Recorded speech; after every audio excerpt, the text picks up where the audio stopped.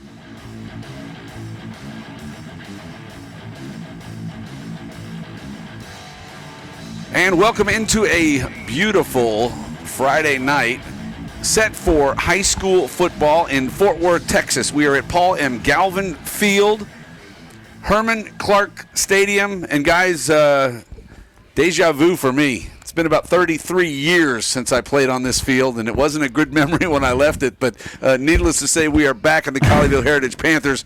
Tonight we'll take on the Dunbar Wildcats. Alongside Heckma Harris and Chris Beam, I'm Doug Branch. And Heckma, Dunbar does not come in with 100 kids on the field. They got about 35 out there, but they look to be a team that's going to give a hard fight tonight. Yeah, well, we're looking forward to a tough match. I mean, if you go from last week, 2 weeks ago, Colleyville versus Euless, these guys really need a feel-good game tonight. I mean, based off of the performance 2 weeks ago, these guys are chomping at the bit to get back in competition and get that sour taste out of their mouth from defeat against Trinity. Yeah, and they had a very tough preseason schedule playing the number one ranked Aledo Bearcats, for game one of the season. Then they travel up to Frisco and beat the Frisco Heritage. What were they? Coyotes, that's right. And then, of course, the Euless Trinity Trojans last week, and a very hard-fought game. But as we know, Chris Beam, district play is what really counts. Yeah, district play is what really counts, and this is one of those games that you need to start district at 1-0, and the only problem is this week they're not going to have their star wide receiver Kevon Ahmad. It looks like he is injured this week, and when I saw him down there, it looked like he's ready for a basketball game rather than a football game. All right, well, that's our pre-game analysis to this point. Let's go ahead and take a timeout. When we come back, we'll have head coach Joe Willis join us here on High School Game Night. More after this brief timeout and a message from Advanced Chiropractic. When chiropractic care is a must, Dr. Jeff Connors at Advanced Chiropractic and Sports Care is your go-to. He has been located in Colleyville, Texas for over 10 years. With a convenient location off of Glade and Highway 26, Dr. Connors has worked with athletes of all ages, from professionals to amateurs, especially your Heritage Panthers. For over 20 years, Dr. Connors has helped patients in the DFW area with his unique chiropractic care as well as acupuncture. Call his friendly staff for a consultation today at 817-428-PAIN or visit advancedchirosports.com. Remember, if chiropractic care is for you, give Dr. Connors a call and tell him High School Game Night sent you.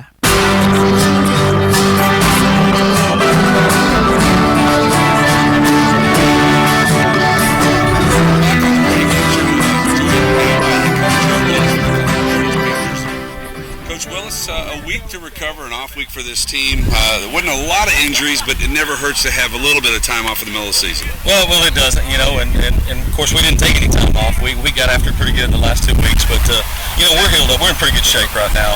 We've got a couple that we're going to hold out, for precaution tonight, but for the most part, our kids are ready to get back on the field and play. Going up against the Dunbar Wildcats. First time you guys have been over here in Fort Worth. Really the longest trip of the season is right down here to Clark Field, but you can't ever underestimate the opponent across the field, even if they're only showing up with 35 guys. No doubt about it. I mean, we better not ever be accused of underestimating anybody, because, we've got the capacity to do great things, and we've got the capacity to play down. We've shown a little bit of both this year. What we stress in the off week is we've got to be consistent in our effort. It's not really about them, it's about us, and that's going to be every week we play. But we know we have a quality opponent tonight, so we're going to go out and give our best shot. 1-2 on the season. I know preseason doesn't matter other than getting you prepared for tonight. District play starts. No doubt about it. I mean, from here on out, it's about being 1-0, and that's each week. We got to look at it with a fresh set of eyes each week, and you're right. The pre-district, all it was is preseason for us. It was a chance to see where we were, and that's what we did. We found out about some guys. We found out about some positions where we were strong, where we were weak. We feel like we've got some things solved, and tonight it's time to go to work on 8-5-8. Offensively, how do you attack this Dunbar defense? Well, I mean, first of all, you got to keep your tempo. If we play at a high tempo, we'll have an opportunity to get some big plays on them.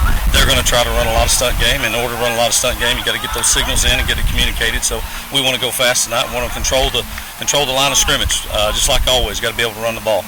And then defensively, how do you stop Dunbar? Well, I mean, you got to control that quarterback. I mean, that's our number one threat. So a lot of defensive calls not designed to control the quarterback. We can't give up big plays.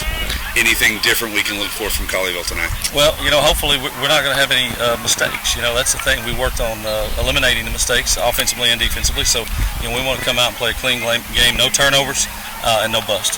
That sounds like keys to the game. It is keys to the game, no doubt, every week. All right, that's head coach Joe Willis joining us here on the pregame show. When we come back, we'll visit with Dunbar head coach Todd Lawson. That's next year on High School Game Night.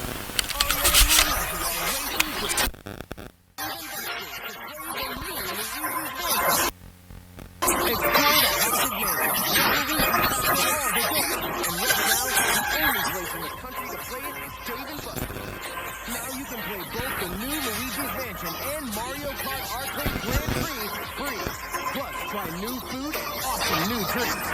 Mario and Luigi have never been bigger or better.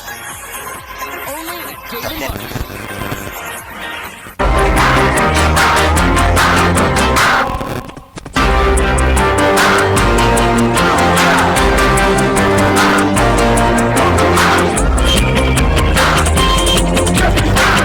Which now goes to 3 great ways to make the rich you want. Regular, large, and the new 14-inch Super.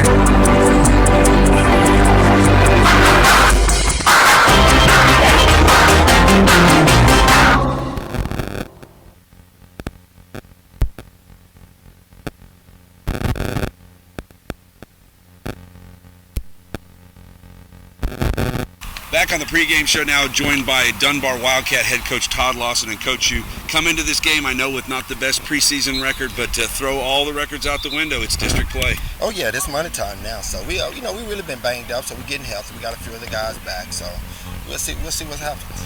You obviously have watched tape on this Dunbar or the Colleyville Heritage squad. You know they're powerful offensively. How do you stop that offense with Cam Roan? Keep them off the field. That's the best way to do it. But no, we just got to really just line up and just play them.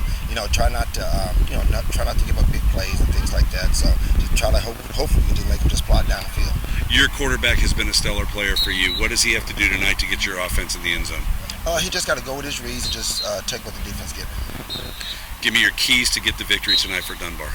mistakes. We just got to play within ourselves and just get the ball to our playmakers and let them do their thing. All right, that's head coach Todd Lawson, right to the point. They'll get this game underway shortly. And, Coach, good luck tonight. All right, thank you. Appreciate it, sir. All right, very good. And when we come back, it'll be the kickoff and the starting lineups, not necessarily in that order, next on High School Game Night. Jason Ridley Agency is a proud sponsor of Colleyville Heritage Panther football. The Jason Ridley Agency offers home, auto, boat, motorcycle, RV, and coverage for all your valuable property, including business insurance. The Jason Ridley Agency is conveniently located in Colleyville, and you can find them online at jasonridley.com or call them today at 817-281-4500. The Jason Ridley Agency says, go Panthers. Nationwide is on your side.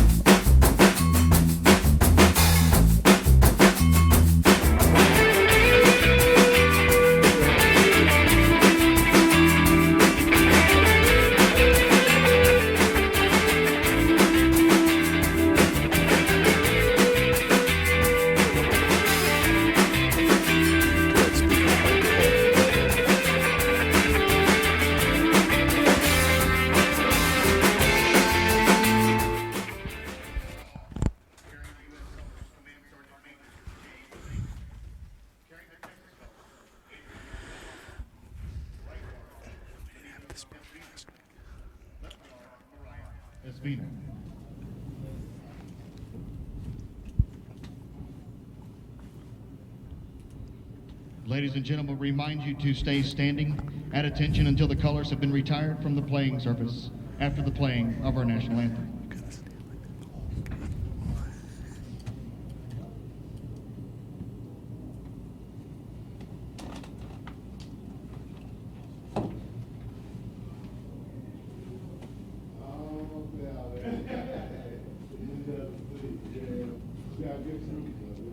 The privilege of this game has been made possible by those who have fought and those who still fight today to preserve the freedoms that we all enjoy.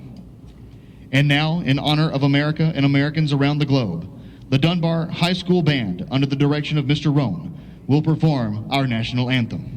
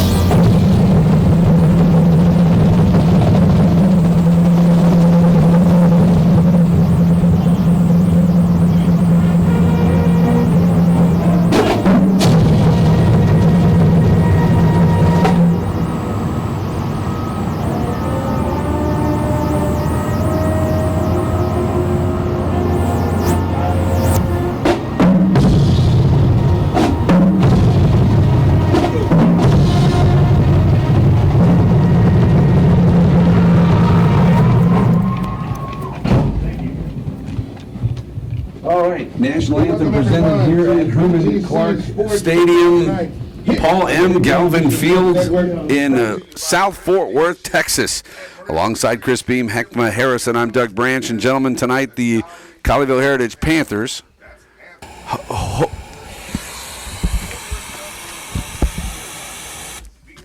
hope to take little white. He told me. little white noise, right? No, they didn't hear it. But we heard it. Oh, well, you Yeah. were killing me. I fixed it. Yeah. All right. So anyway, You man, fixed it's it? been another one of those Wow, days. sorry. Panthers, did we win the toss? I didn't see, boys. Anybody didn't even that one? Anyone? Well, we are Anybody? kicking off. So We are? All right. So, it we doesn't probably matter chose if to you win or defend. lose. Yeah. Even though you won the toss, we're kicking no matter what it looks like. Looks like Joe Willis is out there lining up his guys. Yeah, I talked to Coach before the kickoff, and he basically talked to me about his 2 weeks of preparation, and he told me he got after his players. So I don't think there'll be a letdown tonight mentally from these guys. TJ Watson will tee it up at the 40-yard line for the Colleyville Heritage Panthers, who are dressed in gray, trimmed in black and red. They will go from our right to our left, south to north here at Clark Stadium. These two teams open district play tonight. That's District 10 8A, is that, or 10? No, District it's 8 5A. 8 5A. What am I saying? 10. District 8 5A. We don't want to be in 10, trust me. All right. They go too far east. Is it too far? Is that how it Oh, works? jeez. Yeah. Our first playoff game be in Tyler. That's not a good thing. Good barbecue. Good barbecue, though, yeah. Back deep, Aaron Cooper and Leonte Cooper, I'm assuming brothers potentially. Back deep for Dunbar to receive the kickoff off the foot of Watson. Watson will kick it down, and it's going to come down to Leonte Cooper. Cooper working to his right, hit at the 15, gets past. He's got room, and he may take it to the house. He's at the 40. He's going the whole way, all the way to the house. And Dunbar on the board quickly, guys, and Joe Willis is not going to be happy. I can tell you right now that Joe Willis is fuming from this opening play right now. When I talked to him before the game, the number one thing that he talked about was mental breakdowns, and it started the game with a mental breakdown. So it's going to be very interesting to see how these guys come back from this one. So Leonte Cooper takes it 97 yards to the house in 11 seconds, and it's 6-0 right now for the Dunbar Wildcats, who will try to convert the PAT. To do that, it's Jordan Alex, the linebacker, who is a converted kicker. Looks like he's going to take it actually, it almost looks like he's going to kick it straight on. Yeah, it won't surprise me. He's going to do your style. That's how you used to and kick. And he made it. That is how I used to kick. Yeah, Thanks, exactly. but I had a kicking shoe. Yeah, he needs a kicking shoe.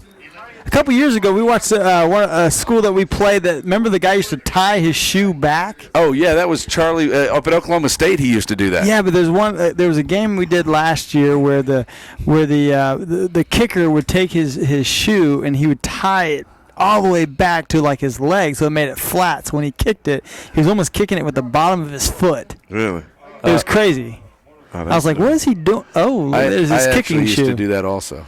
Oh, really? When you're a kicker? Hook it around the toe cleat and pull the foot back. See what it would do. All right, Chris, I'm going to give you the visual here in the booth. Yeah, but you need the fans really care about the visual. I know, so but here's what it would do. Why don't you show the visual? So my toe actually had a flat, squared toe on it, right? Yeah, like Dempsey. Right. By pulling the toe up, by pulling the toe up like this, it allowed you to catch the ball that's going up. Correct. Okay, you'd be awesome. What? If Colleyville returned it. You know what? Here I thought we would have a quick score. I didn't know it would be Dunbar, but that's okay. It's 7-0 as Dunbar leads the Colleyville Heritage Panthers. But I guess we should put the bet down right now. And not that we're gambling. We're not wagering on anything. But is that the quickest score of the game? Will that end up being the quickest score of the game? 14 seconds. Well, but will that end up being the quickest score? That's my question. So Dunbar to kick off, and it will be Alex, 5'9", 200-pound sophomore, to put it in the air. And Colleyville's back deep. Now, no offense to this young man, but if he is able to kick this all the way to the deep backs, well, he actually did. He did get it. There you go. Did. And it's Cam Brown returning it, and Brown's got a gap on the right side, and he's tripped up at the 30-yard line. So that's where the Colleyville Heritage Panthers will put their first offensive possession underway. And, gentlemen, didn't expect to be down 7-0. We're not even 30 seconds into this game. Yeah, I mean, but the thing is, this district play. I mean, the Dunbar's gonna be hyped. They practice too, you know. So the Colleyville Heritage Panthers apparently didn't practice enough on special teams because that was a wide open hole and he was gone.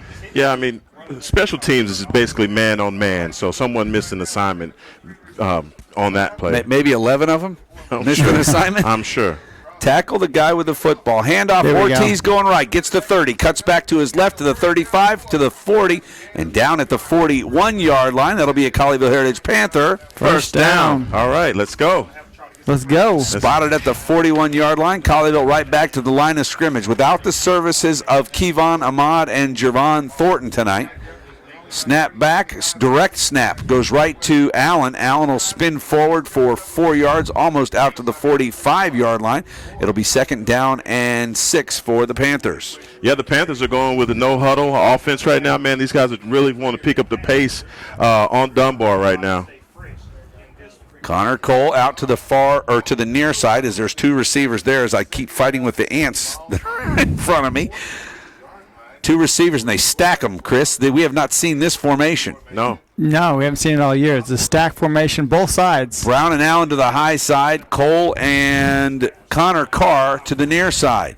In the backfield, Ortiz wanting to throw. They get it straight out and wanting to run before he catches it. Unfortunately, is Chase Allen, and that's an incomplete pass, and that'll bring up a 3rd and 6. I tell you what, Doug, one of the things that I'm looking for tonight is just seeing Colleyville come out with just a tough attitude. I mean, they really got it handed to them 2 weeks ago versus Euless Trinity. So talking to Coach Willis, man, he talked about play number 71 in that game, that he played that film over and over to show his guys. So I really look forward to them coming out and being very physical tonight. Ball on the 44-yard line, 3rd down and 7, we'll call it, not 6, as they backed it up a little. Snap back, Roan looking to his left. He'll throw, got a man wide open. It's Allen to the 40, 45, gets a block, spins forward, and is tackled down at the 28-yard line. So take that from the 44 to the 28, and if I add that up correctly, that's about a 36-yard completion. Yeah, we're looking at a touchdown on that. He just went the wrong way. If he'd cut that back out, we'd be PAT right now. Yeah, Lozak has had a nice block, and he went the wrong way. Wildcat formation. Allen takes a direct snap, going right, got room to the 25. He'll try and turn it up, and he's tackled right there. And we've got cheese on the broccoli on the far side, and I'm going to say this is probably going to end up being a Colleyville Heritage motion penalty. Yeah, illegal formation, and probably they didn't have everybody set before they hiked the ball. They were trying to go a little bit too quick. Oh, he said offsides. They're going to take this. They'll take the offsides. Yep, it's offsides on Dunbar. So Dunbar. Dunbar. I'll get that right. That could be a good candy. A Dunbar. A Dunbar? Wow. Jeez. Colleyville back to the line of scrimmage. It'll be 1st and 5 from the 23-yard line. Roan in the gun. There's offsides again. Free play. Does he take it deep? He does. Man is open, and he overthrows him out of the end zone intended for Cam Roan. I'll tell you what. Or check that. Cam Brown. That'd be real easy if he was able to throw it. Connor Carr was also in the area. Now, if he would have caught the ball, it would have been illegal touching because he actually ran out of bounds before, and he didn't establish back in before he went after that ball. I'll tell you what, man, one of the things I'm seeing right now is the different formations that Coach Willis is coming out with. I've seen a trips formation down here that I definitely hadn't seen in the first 2 games. 1st down and 10 after the 2 5-yard penalties. 3 receivers stacked to the high side, nobody to the near side. Ortiz in the backfield takes it. He's going right, and he will pick up maybe a yard if they give it to him right back to the line of scrimmage. It'll be 2nd down and 10 for the Panthers. Yeah, that was a pretty good run. A serviceable. What do you got? I thought at least got 2 yards on that. 2nd and 10. Didn't gain anything on that play. So no gain as it's 2nd and 10 for the Panthers. To the line of scrimmage, Roan from the shotgun, looking to his left. Now he's flushed out to the left. He's caught, and he's pulled. He gets away from the defender, and he's going to be able to make it all the way down to just inside the 16-yard line. Roan slow to get up, and it looks like he's going to be okay, but a nice job. Oh, he's limping with the right leg, but it looks like he's okay. They're holding on Colleyville on that play. So more cheese on the broccoli. Yeah, he already made the call, so he's just going to step this off. So we're going to get a 2nd and 20.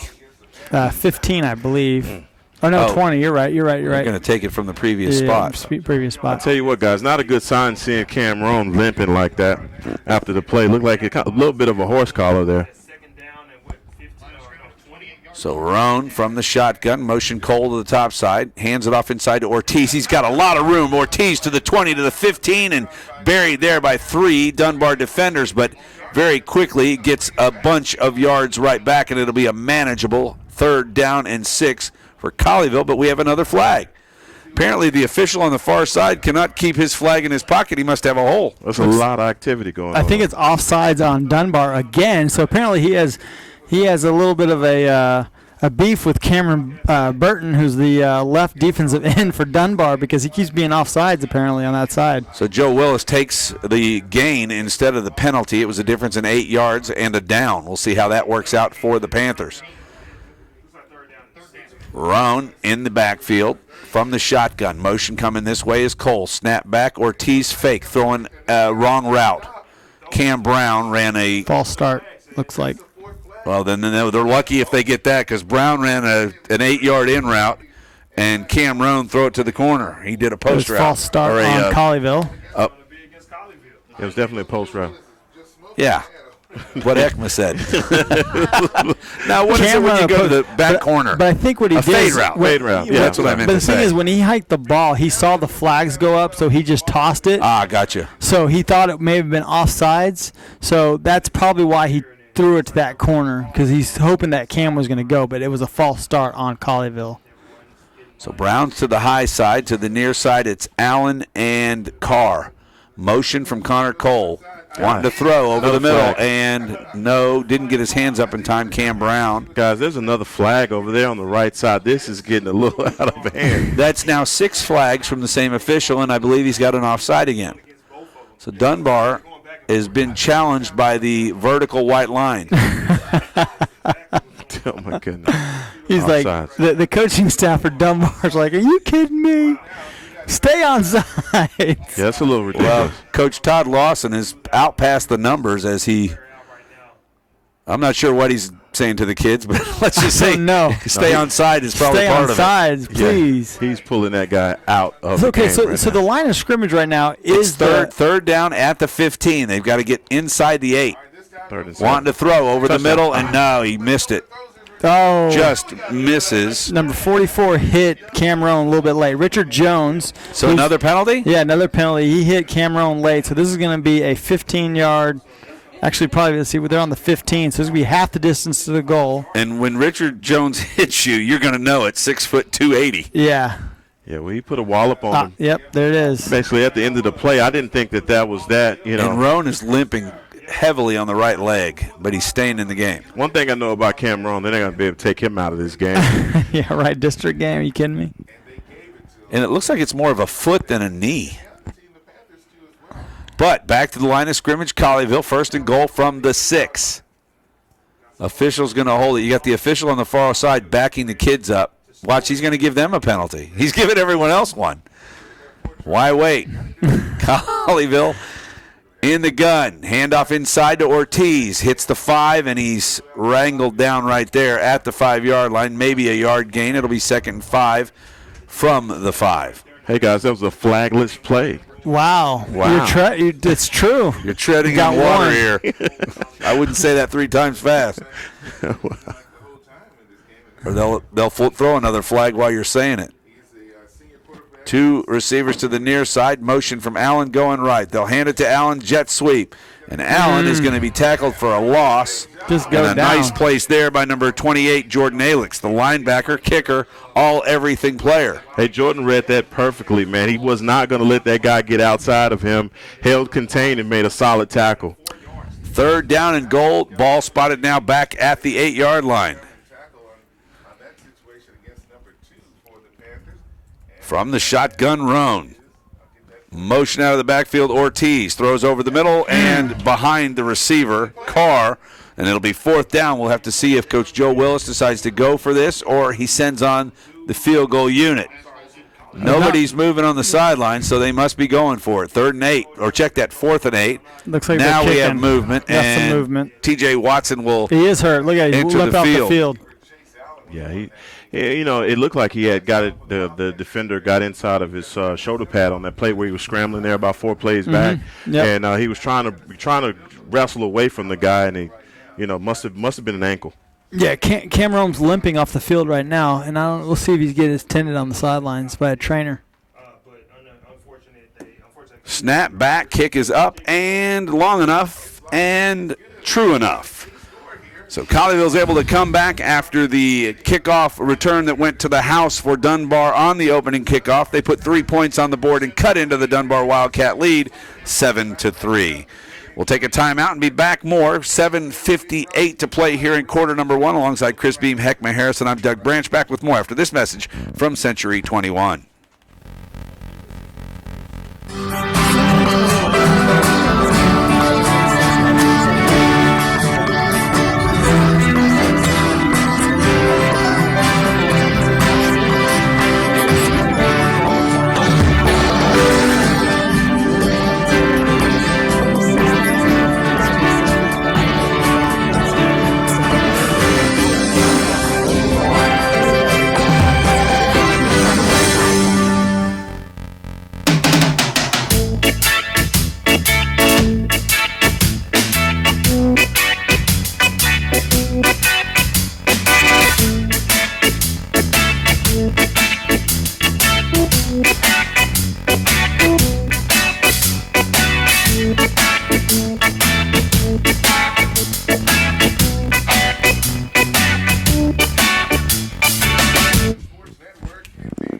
Back once again at Clark Stadium in South Fort Worth. It's the Colleyville Heritage Panthers and the Dunbar Wildcats. Colleyville trails it 7-3. Let's see if we get a little onside kick right here. Dunbar all stacked up together. I don't think so. No, we'll stay true. Do you think they kick it down there to Cooper again? One of the Cooper boys? Absolutely. Okay, Heckma. I would make a high kick, so make it high, lofted. Watson will approach it from the 40-yard line. Right foot into it. Right back to Cooper again. This time from the 3, backing up to the 1. Colleyville has got him covered, and they will this time get him down. Right across the 21-yard line, maybe the 22, and that's where Dunbar will start their second possession.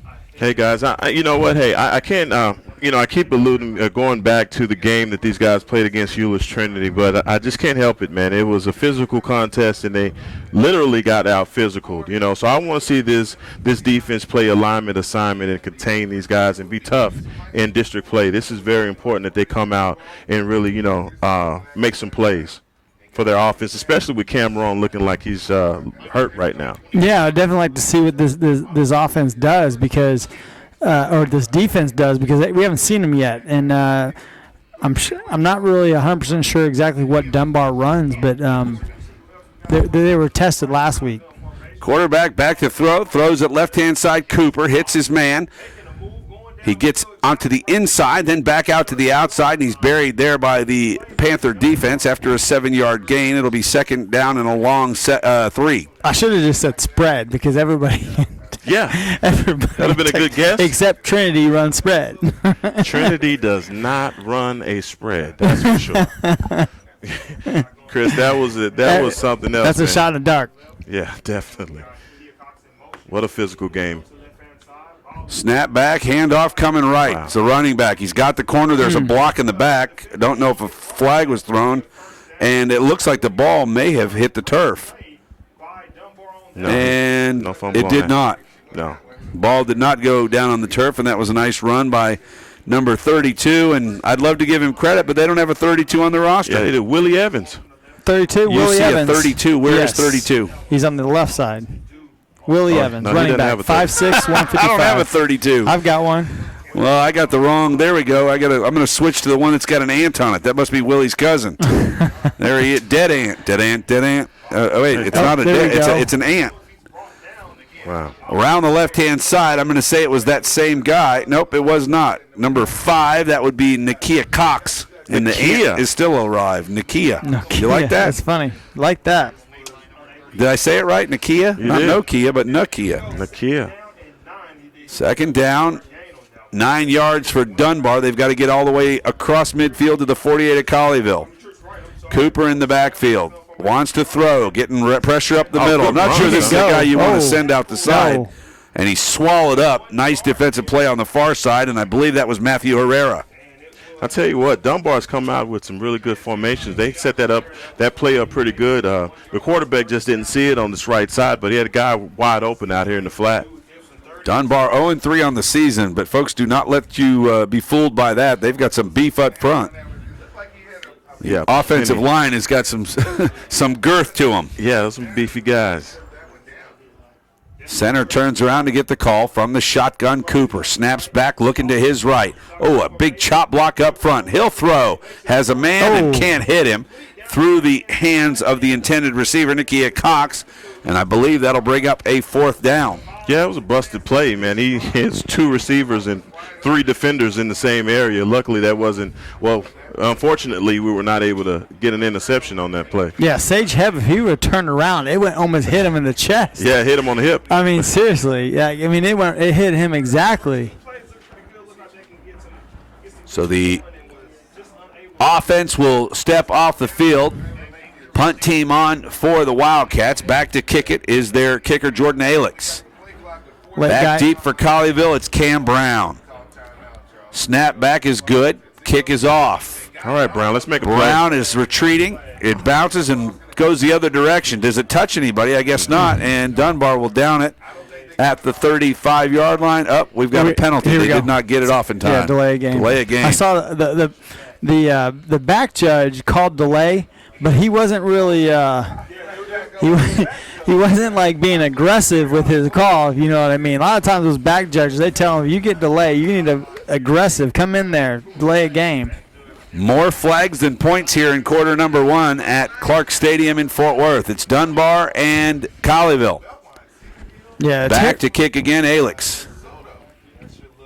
Snap back one-handed. Alix gets it off. This one's a shorter kick. Get out of the way. Brown waves for everybody to get away from it. It's caught at the 41-yard line, and that's where the Colleyville Heritage Panthers will take over possession number 2 and trailing by 4. I didn't think this was a windy day, is it? No, but those are the ones that you see the thing. The sucker was like, it almost looked like a kickoff. Yeah. So this thing is like has that backspin. I was afraid that was going to backspin all the way back to the Colleyville who were retreating, trying to block. So that's why I said get away from it. Let's see, Cameron come back out? No. Is that Landry French? Yep. So Cameron is going to sit this one, at least for now. French from the shotgun. Fumbles the fumbled football. The ball. Wow. And it goes right between the legs of... No, he got the ball back. 44. No, 44 got it. Yep. Went right through his legs. Richard Jones, and he jumped right on. It came right to him. So just like that, Colleyville hands the football right back to the Dunbar Wildcats at the 36-yard line. French comes in, and the snap is fumbled, recovered by Richard Jones, 6'2", 280. Yeah, I'm telling you, they got about 7 guys that you put them across the front line, and they're a wall. See, French, I mean, first time in the game coming in like, I wonder if they took his snaps on the sideline because it looked like he wasn't really ready for it. I mean, it hit him right in the hands and bounced right straight in front of Richard Jones. So Cooper takes a snap. This one's over his head. It's like a punt. Who's going to get there? Cooper does not get there. It's still on the ground. Colleyville's got it. May have gotten it back. They did. It back. Yep, there it is. They got it back. Wow. Oh, and there's a flag for celebrating? I'm not sure what happened there. No, someone came in late. Now we've got some punches being thrown. Dunbar came in late. In Dunbar territory. Yeah, Dunbar came in late. Uh-oh.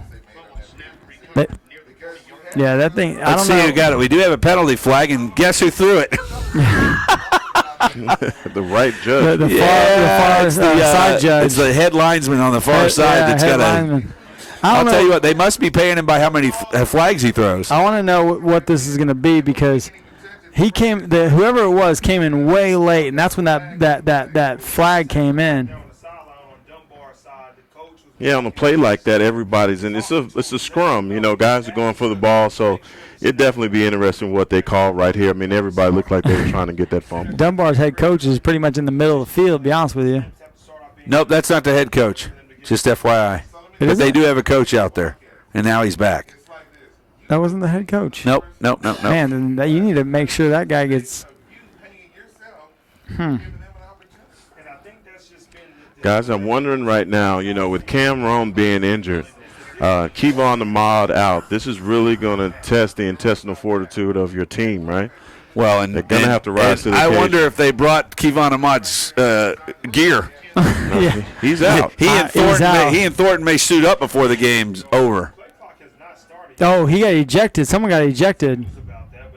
They just said someone got ejected. Yeah, not clear who it was. was. I'll tell you what, if Dunbar did, they may have lost 10% of their team that's available to be fielded. I don't know who got ejected. They do not have a lot of players. Yeah, well, I don't see anyone leaving. You're going to run the ball right here. Just letting French. you know. He's running the ball, just letting you know. Shearhart to one side, Ortiz to the other. He'll give it to Shearhart. Going right, got room, and he runs right into the tackler, but not until he picks up 7 yards, almost 8, and there's another flag. God, are you serious? It's getting a little chippy out there. Well, as it should be. The district play. Yeah, it's district play. It's like a divisional foe. Yeah. Here's the thing. Let me tell you something. It doesn't matter if you win, 14-7 or 17-7 or there's unsportsmanlike conduct on Dunbar, so that's going to push it another 10 yards. Really? I want to know who got thrown out of the game. Because he ejected somebody. I don't see anybody leaving. Well, no one from Dunbar's team. And I'm looking at Colleyville's bench. I don't see anybody walking to the over there. So I don't know how that works. We'll have to check at halftime. Back to the line of scrimmage. Snap back. Ortiz going right. Cuts it back into the hole, and he'll pick up, give him 1.5 yards on the carry down to the 18, call it the 17-yard line of the Dunbar Wildcats. 4:39 and counting. Right back to the line of scrimmage. French has got it. Hands it off once again to Ortiz, and this time Ortiz is horse-collared. Not technically, but Maurice Johnson was able to grab him and pull him back.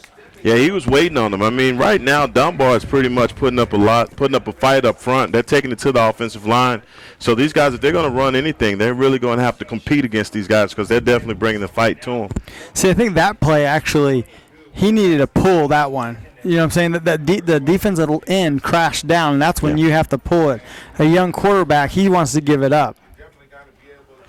Right back to the line of scrimmage. Colleyville's got it. French to throw. Hits a man on a short route. Had it. And it's caught by Cam Brown, but it's going to go for a 1-yard loss, so maybe back to the line of scrimmage. We got a man down on the far side. Let's check that. Yeah, one of the linemen, it looked like he got his foot caught under him. I think that's 74. Yeah, 64, and he's walking off on his own power. Gordon Richards. Yeah, right now, guys, I'm looking at this Fort Worth Dunbar defense. It looked like they're playing a 52, basically 5 down linemen and 2 linebackers. And so what they're doing, I mean, they're not allowing for Colleyville to run any of those dive plays that they like to set up and then creep the quarterback around the end. So their ends are playing contained, which is really hard for these guys. They're playing assignment football, and it's really, paying off for them in the beginning of this game. T.J. Watson is going to attempt the 35-yard field goal. Snap is back. Hold is good. Kick is up, and it is true. No, he missed it to the right. Maybe Plenty of distance, but Watson misses it to the right, and Dunbar will maintain a 7-3 lead. 3:30 to play here in the first quarter. Hey guys, we got ourselves a football game, right? Yeah, we do. When you got your starting all-district quarterback on the training table. You've got your all-district, all-state newcomer of the year last year in street clothes. And you're starting right now a junior who doesn't have any playing time on varsity for the last 2 years or 3 years that I know of. So, I mean, this is going to be tough. Ortiz is over there limping his left leg, too. I'll tell you what, don't underestimate this Dunbar Wildcat squad. Maybe Roan, they're icing the right ankle, so I would not say he's done for the night, but certainly not in the game now. Cooper back in at quarterback. Snap back high. Handoff coming to the right. Cuts up. There's a hold on the corner, and the football's down on the turf one more time. And Colleyville's got it back, and that's number 5 for Colleyville, Bryce Boyd with the recovery. Wow. And just like that, they get to hand the loaf of football or the loaf of bread delivered right back to him. Wow. And, hey, it wasn't Bimbo. Hey, man, stranger things have happened. I don't know if a guy got a hand in on that, but it looked like no one touched him, and the ball just came. You just squirted out there. We need to see that replay on this nice big board over here at the Paul M. I've never seen a field have so many names, by the way. Well, it's Paul M. Galvin Field, and it's Herman Clark Stadium. Well, they had something else up there for something Junior. Where? I don't Memorial. I don't know, man. This stadium has a lot of names. French back on the field with the offense. He's going to keep it going right, and that time he pulls it out, and then he's going to get thrown back down on the ground. No gain for the Colleyville Heritage Panthers, who are struggling on offense. Yeah, like I said, man, these guys come out, man. They got 5 up front, 2 linebackers, and these guys are playing assignment football. Just what you want your team to do against that spread offense. So, you know, what Colleyville's going to have to do, they tried to set it up a minute ago when the guy got hurt with the wide receiver screen. That's why you'd love to see Kevon Ahmad in the game like this. Yeah, well, take a look over on the sidelines at who's warming up. French wants to throw. Got a man, tip. And inside, should have had the interception. I believe that was 41. Nope, it's 11, and that would be, I don't even have an 11. So there you go. Dunbar has done the switcheroo on us. That was right to him. Well, there was a tip ball, almost interception for Dunbar. Cam Brown. What Cam Brown need to do is he need to take this ball over, game over by going deep. French to throw, got pressure, and he's going to go he's down. Going down. Yeah, they're coming after him. I mean, Dunbar's seen something that Colleyville's doing, and they're exposing it right now. So, you know, these guys are going to have to get back and you know, kind of circle the wagons and figure out what they're doing and come up with a better game plan. And I'll tell you what, Colleyville Heritage Panthers have a word on their chest tonight. It says pride. They're going to have to suck it up right here because they are getting beat on the offensive side of the football. I agree, Douglas. When I was down on the field, I was telling Coach, it's like, you know, this is one of those feel-good games where you guys, you know, want to come in and you know, hey, let off some shots against these guys and feel good about what they're doing. But it didn't look like that. This is definitely not homecoming. And guess what? Guess what? I don't know. Everybody just stopped, so I thought that, I thought there was a flag. What?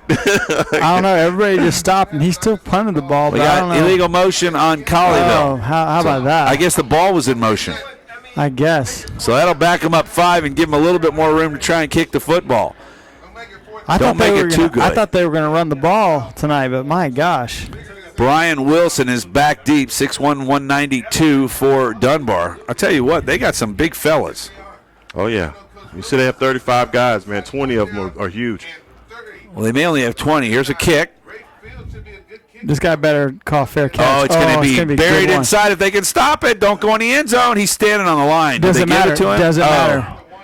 It's where the ball is. It's collegiate rules. Yes. So his whole body could be in the end zone. He could just make sure the ball doesn't pass the goal line. 54-yard kick is good. 55 brings it back 20.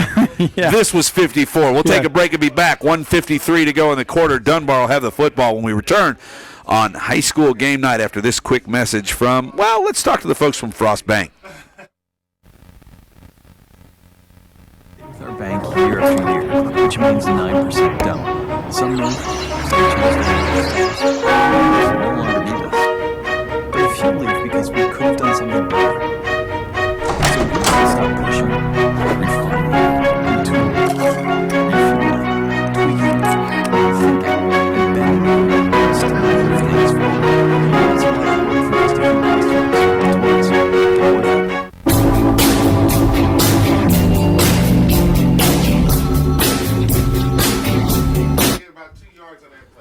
Back at Clark Field, Dunbar backed up against their goal line almost. Run the football. They'll gain a couple of yards and push it out to the 3-yard line.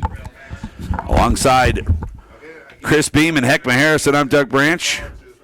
Colleyville trails 7-3. Yeah, these guys, I mean, on that last play, it just looked like it was designed quarterback draw on that play. Didn't go for much, maybe 2 yards. Cooper in his own end zone looking for the call from the sideline from Todd Lawson. He's got it, puts the mouthpiece in, rolling to his left, wants to throw, got a man over his head, and right through the hands, and that might have gone to the house, was Bryce Boyd, who just recovered a fumble, but heck, that football could have gone easily the other direction. It was high. Opportunity, man. You can't let too many of those get by you. Douglas Mann got through that ball out there in the flat, and it was a free fall, man. It passed through two defenders' hands. Dunbar back to the line of scrimmage, 3rd down and 7. The ball is spotted at the 3-yard line. They've got to get out to the 11. 3 receivers to the near side. Snap it back in the end zone. They're going to get to him. If they shake him out, he's able to get out. But, boy, a host of Colleyville Heritage Panthers led by, is that number 11 for Colleyville, Michael Young. Check that. That's Paul Mpunga. Yeah, man, that's there's one thing. They came after him. Yeah, they did. I mean, Mike Quintero's got to be going crazy right now because they had him in the end zone. Tell you what, I don't know that I'd rush real hard on the punter right here. I think you can get some good field position, and you don't want to rough him. Yeah, you don't want to rough him, but this guy's an athlete, too. He plays middle linebacker with speed. If you rush him too much, he may take off. And it's the single-handed snap. Low kick is returnable. One bounce, if Brown can get to it, he touches it, and it goes out of bounds. And 50. Boy, I'll tell you what. 45-yard punt. Way to go, man. 45. Come on. It was a lame duck. You keep jinxing this, man. We need to keep it right here. No, man. Hey, well, you know what? You told me on the way over. If you're Cam Brown, you got to go up and get that football. You do. You can't let it hit. Here's the problem with that, because the way that ball's kicked, you're thinking in the middle of the field. You don't know which direction it's going. That's a low liner. So, and it's all over the place. So I'm gonna go out on a limb and say that's not a conventional punter. That's not a conventional kick. Just the way that the ball comes off of his foot. It's a little awkward. Yeah. You don't think he points his toe? No. Tell you what, Cam Brown set up offside. You played at Kansas State. Handoff right side, Ortiz. Ortiz gets a couple of yards, and he's pulled down. It'll be 2nd down and 8 from the 48. I like Ortiz run on there because when number 17 for Dunbar and Terrion Dixon wrapped him up, he kept churning his legs because if the officials were going to let him keep going, he could have kept running, to be honest with you, because he was on top of Dixon. End of the first quarter. Dunbar leads at 7-3. Back with quarter number 2 on High School Game Night after this message from Raising Cane's. At Raising Cane's, we know lots of people want the recipe for our delicious cane sauce. But we'll take the secret to our Graves. You know, our founder, Todd Graves. He's the guy who figured out which blend of spices makes every drop of sauce totally tasty. Of course, it helps that our cane sauce is made fresh every single day, no matter what. And Todd's also the guy who won't spill a secret recipe. But you can dip it all you like. Raising Cane's, one love. Jason Ridley Agency is a proud sponsor of Colleyville Heritage Panther football. The Jason Ridley Agency offers home, auto, boat, motorcycle, RV, and coverage for all your valuable property, including business insurance. The Jason Ridley Agency is conveniently located in Colleyville, and you can find them online at jasonridley.com or call them today at 817-281-4500. The Jason Ridley Agency says, Go Panthers! Nationwide is on your side. Back at Clark Stadium, Colleyville's got the football. They're going to throw, and, boy, unfortunately, French is not able to hit either receiver, and I'm not sure who he was intending that for, out on the left-hand flat. Yeah, it was double coverage. The inside receiver went in, and there was double coverage. Basically, I don't know who he was thrown to be honest with you. It looks like he was just getting it out of his hand. Yeah, you're not seeing, right now, man, he's not coming in. He's not very sharp right now. So, he threw that definitely in double coverage. Like to see a screen. French wants to throw, fakes, there got is. a man. Wide open. Wide open is Cole to the 20. On, Cole. Get to 10, 5, touchdown, Cole. And he hooks up on a 50-yard strike from from French. I say Parker. Got to make sure I know his name, don't I? Landry French. Sorry. Landry French. I know a Parker French. That's why I went to say that. I tell you what, Chris Kennedy and Gordon Richards, these guys up front have really have changed the narrative from where they were in the first quarter, man. Great protection for French, and great ball that he threw there.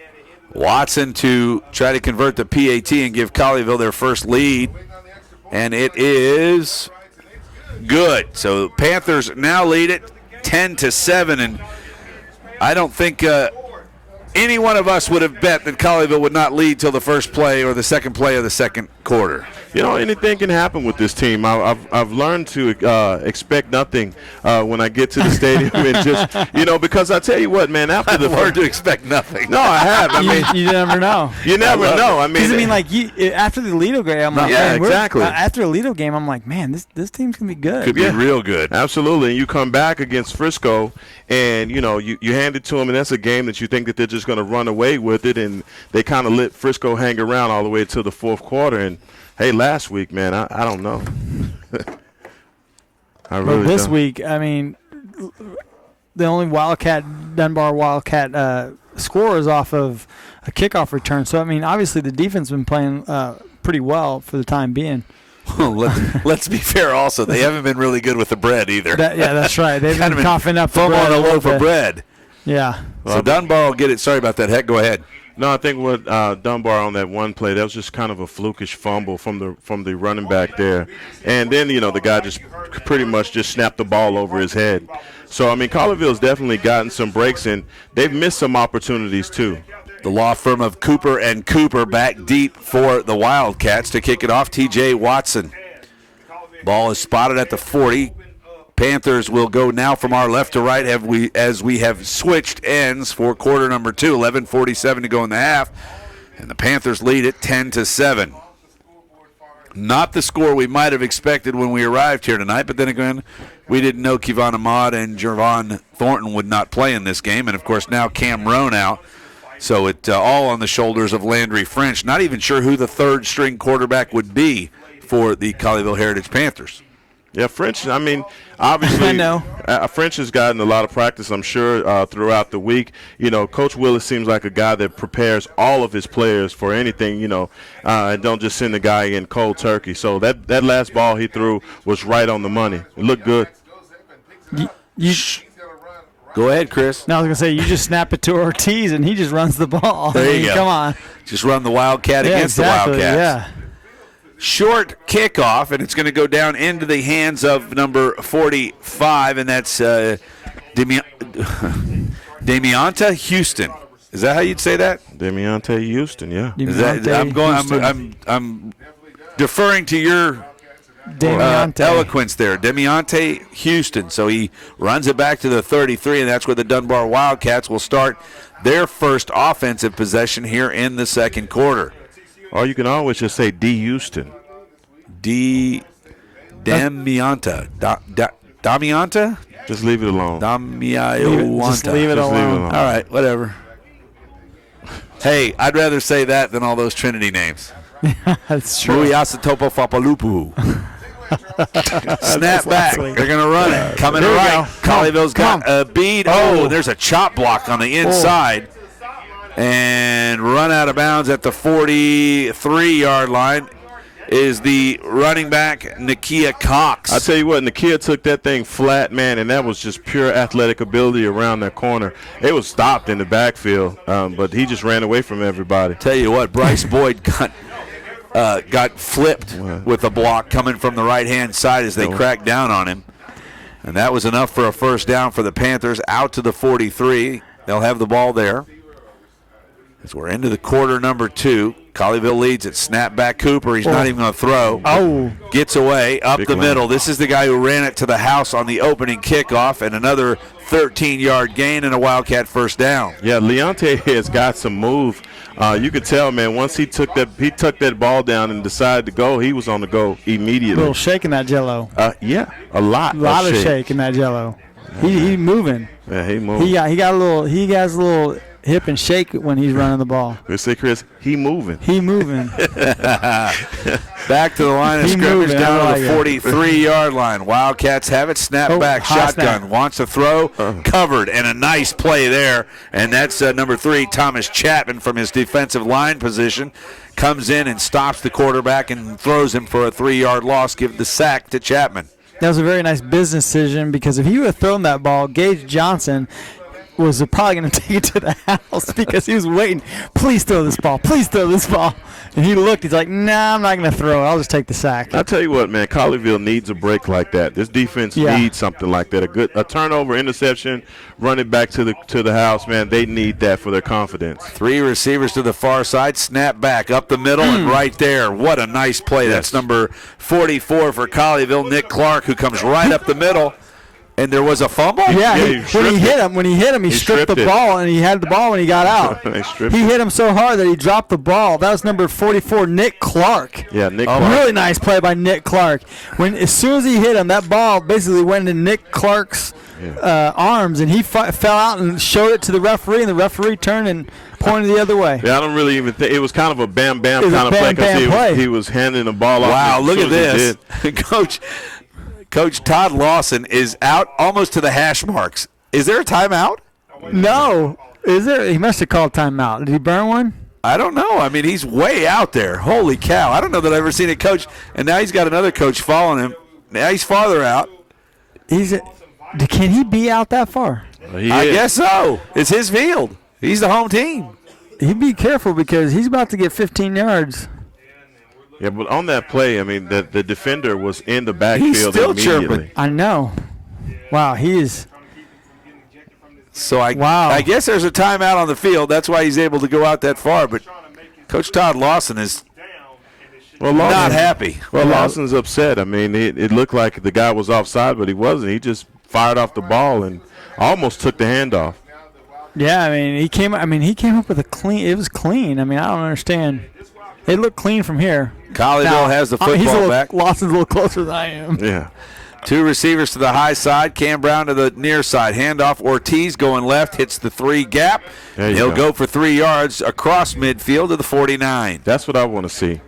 You know, nothing fancy. Let's just tuck the ball and run it on them. Yeah. We got a Wildcat on the ground. Looks like he may be cramping. And this may be their kicker, so I'm not sure what they're going to do.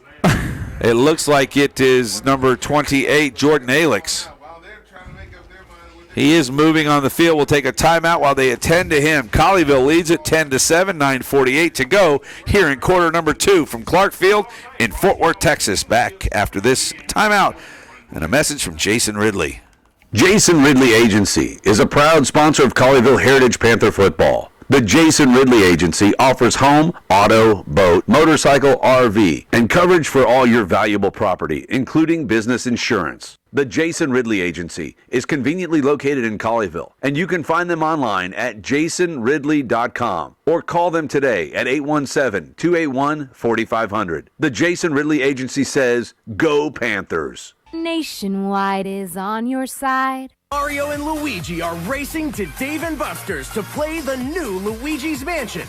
Explore the Haunted Mansion and help Luigi capture all the ghosts. And right now, the only place in the country to play it is Dave & Buster's. Now you can play both the new Luigi's Mansion and Mario Kart Arcade Grand Prix free. Plus, try new food and awesome new drinks. Mario and Luigi have never been bigger or better. Only at Dave & Buster's. Which one? Which do you want? Taste the freedom, feel the vibe, baby, on the true and try. Grab a shopping, mark your wishes on the bag that holds your witches. Mark it any way you choose. Here's a witch made just for you. Which now goes to 3 great lengths to make the witch you want. Regular, large, and the new 14-inch super. Rock your witch, we here to be sandwich matching guarantee. Which, that's what? Which is what you want. Back at Clark Field, 2nd down and 7 for the Panthers. French takes the snap, looking to his left, gets off a throw, and it goes through the hands of Cam Brown. And, Chris, to me right there, Cam Brown does not look like he's ready to catch the football. No, it hit him right off his face mask, actually. It went right through his hands, off his face mask, and good thing they didn't have a safety. Colleyville right back to the line of scrimmage. Allen crossing to his left. Throw up the middle and over the head of the intended receiver. That's number 9, Connor Carr. One thing I can see right now is French is pressing a little bit. Even on that last play to Cam Brown, he kind of brought the ball down a little bit. I know everything that they're running at Colleyville is basically a timing route, and I think Cam Brown was just a little thrown off by the timing right there. In to kick on 4th down for Colleyville. It'll be T.J. Watson. Snapping the football, number 13, Caleb Murphy. Wilson back to receive for the Wildcats. Snap back is low, 1 bounce. Kick is away. Dangerous.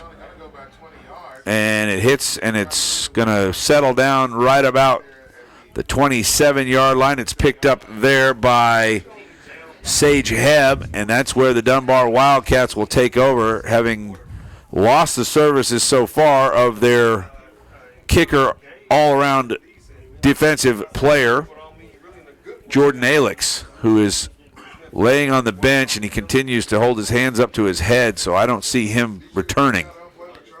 Yeah, no, that doesn't look like a returning guy right now. Running the quarterback position now is, well, at least calling the play, is number 5, Nakia Cox. So they're going to switch out quarterbacks here. Cox will now run the offense for the Wildcats. They'll send 2 receivers to each side, one of them being the former quarterback, Cooper, to the near side. Cox, he's going to run right. Now he's swallowed up right there, and a host of Colleyville Heritage Panthers, although he pushes back and may have gained a yard. Yeah, I mean, look, Colleyville has a very interesting challenge in front of them. You know, they realize, man, that the Wildcats are not going to do anything too sophisticated in this offense that they're running. It's like a lot of quarterback draws and a lot of quick passes. So these guys should just be able to pin their ears back and tee off on these guys. Hopefully get an interception and running back for a touchdown, or just get a turnover and be able to put the offense back on the field. Yeah, for Dunbar, for Dunbar's offense, they're like hand off and run, but looks like Colleyville's got knocked down. That's oh God, you had them. They had him over there and missed him again. I tell you what, man, Mike Quintero has got his guys in film study going, throwing his clipboard up against the wall with these missed tackles, man, because they have them in position to get a negative play, and they look this. Olay, basically, my old defensive coordinator used to say, just Olay on the tackle. Yeah, Will Evans took that handoff, and about 3 Panthers whiffed on him, and finally he picked up about 2 yards on the play. It's 3rd down and 8, man. We got to get a stop right here with 7:59 on the clock. 3 receivers to the near side, 1 to the far side. Wildcats have the ball at the 29. Snap back coming to our left. A deep throw. Man covered and over his head, looking for the penalty or the flag instead of going for the football. That was number 19, Maurice Johnson, the junior wide receiver, 6'1", 215. I tell you what, Maurice Johnson had an opportunity on that play. He just didn't attack the football. I don't know what happened. He didn't make a play on the ball at all. They showed it on the replay. He just didn't make a play. Hey, on the this ball. is funny. Nakia Cox was just told by one of the coaches that he's got to punt the football. You can read his lips. He said, "Why me? Why me? Why me?" So Cox is going to step back to the 20-yard line. He's got his ankles taped. Not sure how he's going to actually extend the foot to punt the football, but he gets it back. It's low, and he almost missed it. Through the hands of Cam Brown. Come on, Brown Cam. will pick it up at the 20. He gets back to the 25. There you go. Cuts Let's to his go. right. There you go. He's got a little room. He's Nice to the block. 40. A block, and he falls down on his own. Oh, that's not a flag. 49-yard line. I think they're going to call it a hold. Yeah, they're going to call a hold, but it shouldn't have been a hold. Cam Brown got just a little bit forward lean, not quite Usain Bolt-like, but ended up where his feet could not catch up to his torso. Yeah, Colin Losack had a nice block going on, and he kind of shifted his hips to try to push the guy more towards the inside the field, and Brown went right off his hip, but they called him a hold when he did that. They'll push it back to the 33-yard line. It'll be 1st and 10 for the Panthers there. Yep. 7:27 to go here in the second quarter, and up by 3, 10-7. Yeah, that's too bad, man, because Cam Brown really made a great play on that punt. Even though it went over his head and he fumbled, it was almost disaster, but he made something out of it. French takes the snap, hands it off. Ortiz going left, got a little bit of room out to the 40 and ahead to the 42-yard line. 9-yard gain. It'll be 2nd down and 1 from the 42. Yeah, real nice run by Ortiz. Probably one of the best runs that he had tonight, picking up a lot of yards through the Dunbar defense. Wow. Snap back. And, a late flag. What are they? I'm not even sure what he's throwing that for. I think it's a face mask, to be honest with you. The way he number 2 Chase Allen ineligible downfield. Are you serious? Is that it was a screen pass.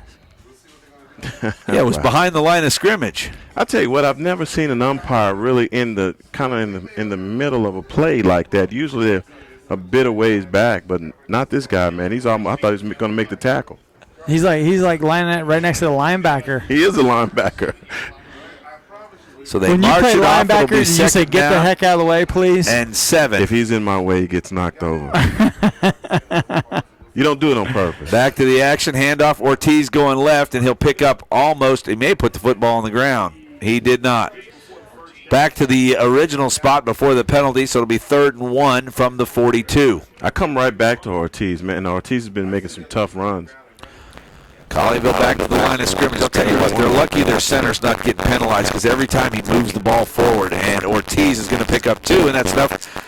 And I haven't said this enough for a Colleyville Heritage Panther. First down. Well, you know what? I just noticed that as soon as you call that out, what he's doing with the ball, he's kind of jerking the ball back. Forward. He pushes it forward.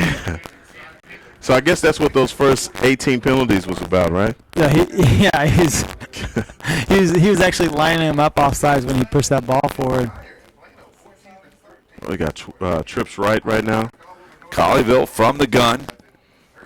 French there offside. Got him. That's an offside. Go got deep. a free play. Going deep with it. Got him. And over the head of Carr. Now get a push in, huh? Looks like it's offsides. There you go. Wow. So we've got another penalty. I mean, there have been more penalties than points. More flags and points tonight here from Clark Stadium in Fort Worth, alongside Chris Beam, Heckma Harrison. I'm Doug Branch. Colleyville Heritage Panthers are struggling here in South Fort Worth. Maybe it's the water or the lack thereof.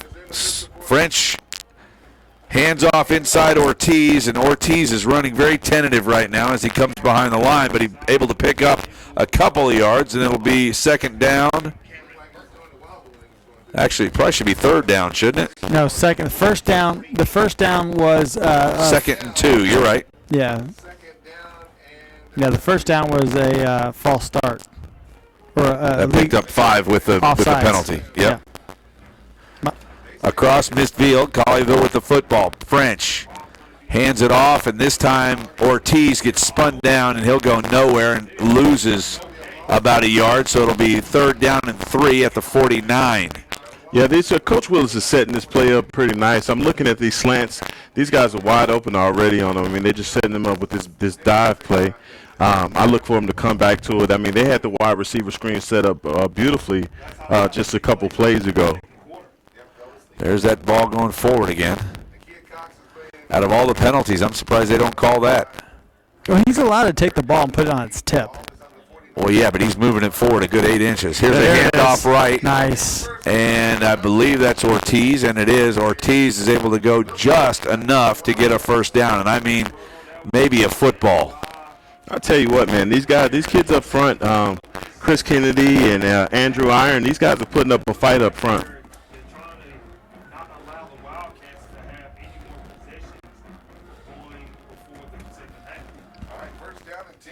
Snap back to French. Hands it off, going left. Ortiz has got room. He hesitates, tries to put out a stiff arm, and he's shoved straight back into the ground. Stiff arm wasn't working.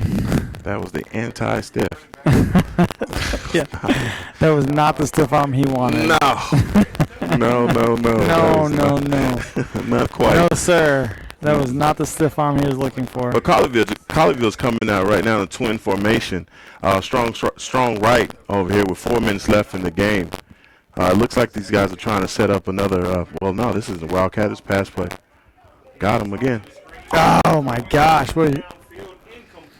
If he wouldn't have broken off his route, he could have kept running on that route. Number 9, Connor Carr. It seemed like he tried to break it off. If he would have kept running down the field, I mean, at least had a shot at that ball. You know, Chris, a lot of it looks like, just the offensive timing is off right now. You know? Well, I'm sure French doesn't get a lot of time with the ones. Yeah. They come out in a trips right formation on this play. Throw it back to Cam Brown, makes a good move to the 40. Another good move. Cam. Gets a first down, breaking tackles. Brown still going. And now he gets about 7-8 Dunbar Wildcats. You're talking about right there, man. Yeah, he needs to start dominating his game. And before the game, we talked to Joe Willis, and Joe Willis said that Cam's going to need to step up tonight. He's going to have to grow up tonight because it's going to be he's going to be the number 1 guy. Wide Flag receiver. down on the field, and the man down hurt is number 44, their big defensive lineman, Richard Jones. And he gets up, and they're going to make him come out for at least a play because the coaches went out. This looks like he got the air knocked out of him. And that's a lot of air. It's a lot. Probably. That's a lot of air. Yeah, that's a ton of air. He's just like, Tell you what, I'm looking at his pads that are on his thighs. Those look like a couple of ham and eggs pancakes. Yeah, 6 foot 280. I don't know what the penalty was on that play. It was half the distance to the goal, whatever it was. Yeah. We don't have a Well, I don't know how you go PA. half the distance to the goal if they're outside the 10. There is no 15-yard penalty. A personal foul, 15 yards, isn't there? Yeah. 10. Personal foul? It's 15. But how do you get to the... Okay, so it was inside the 30. It was All right, inside fair the enough. 30, so... I'm getting a great glare off the window. Handoff. Ortiz coming right. Makes Makes a move. Hits the corner. There's a flag down. Guess what? You know what, guys? Look, I know officials. They're watching the game from another angle, but a lot of this Holding against Colleyville. That was absolutely not a holding down here. If that's holding, then we just got to start over again if that's holding. That was a perfect block. He shielded the guy. I saw the play developing out here. I don't know what this official is looking at. But that was a bad call. That was a bad call. I don't know what they're looking at, but that's a bad call. That's Anyway, a bad call, Chris. Yeah, come on. We're just trying to get Landry French another touchdown pass. That's what we're trying to do. Man, if they're trying to get their quota up on flags in the Fort Worth School District, they are They must get paid by the flag. Is that what it is? Man, I've heard that somewhere before. French, first down at the 19. Actually, call it the 24. He's going to run with it. French. Turns it Yes. upfield. Ooh. Oh, holy cow. Where'd that guy come from? I don't know. Where'd the flag And there's come another from? flag. My gosh. I don't know, but Hold on a second. I'm going to go Well, in he here. was like a bullet. I don't even know where he came. I just saw a body fly in there. I'm just happy. If I told you there was 14 flags tonight, would you be shocked? 14? Yeah. It's more than 14, it It seems says like. 14. Yo, I'll tell you what, man. That kid came like a Holding. Like a Colleyville. like a freight train. like a missile. Listen, I'm just happy You that saw him coming from, like, he missed them. he came from the F in Fort Worth ISD. That's how far back he came. Wow. And man, that was Man. I wasn't sure where you were going with that, Heck. Well, hey, come on, man. This is a kid-friendly show. I know, but the guy After four, yeah. So could have been the W. yeah, but on the could say the field, word you to gotta start say with. on the field it's FWISD in the end zone. So he's just saying. Colleyville there it throwing is. the football wide open. Touchdown, Brown got him on the quick slant. No, all the way down the field. Do we have Flags. No flags. Okay, we're Good good. deal. Tell you what, Landry French threw a great fake. The full body. Yeah. Cam Brown breaks it off down the left-hand side and takes a strike. It takes it the distance, and all that did, Chris, just like you said, it adds to that total yards.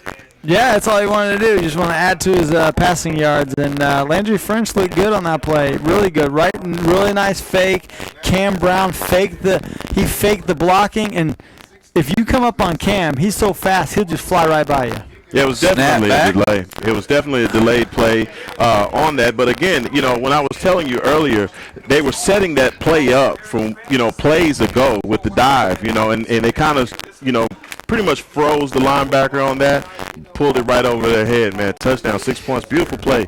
Beautiful setup also. Yeah, real nice play. 2:38 to go in the second quarter, and the Panthers now lead it by 10, 17-7. Back with more after this message from Which. Which do you want? Take the freedom, feel the vibe, baby, on the true and try.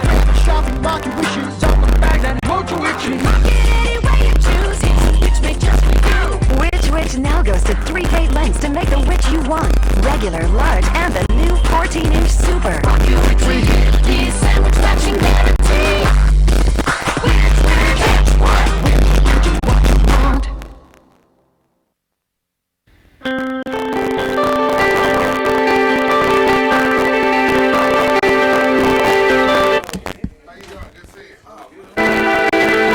Back once again at Herman Clark Stadium, Paul M. Galvin Field in South Fort Worth. It's the Colleyville Heritage Panthers and the Dunbar Wildcats. District 8 5A action. Game number 1 underway, and both of these teams hoping to go 1-0 on the season in district play. Dunbar comes in with an 0-3 record. Colleyville comes in at 1-2 after defeats to Aledo, the Bearcats, the number 1 team in 5A, and of course the very powerful Euless Trinity Trojans. So now Colleyville has taken a 10-point lead on the last strike. It was a 50-yard variety from Landry French to Cam Brown down the left-hand side.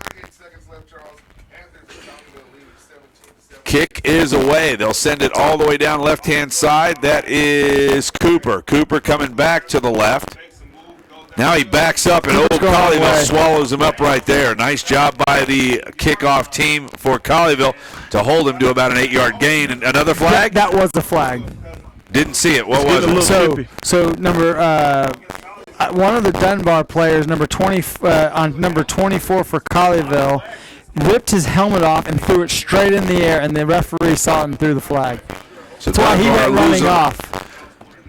So Colleyville's getting the penalty, or Dunbar? No, Dunbar's getting the penalty. He face masked him, grabbed it all the way off his head, and threw it in the air. So Dunbar's starting to lose a little composure here in back. the second quarter of action, and this will back them up 15 or half? Half the distance. So from the 19 should take it back around the 10-yard line.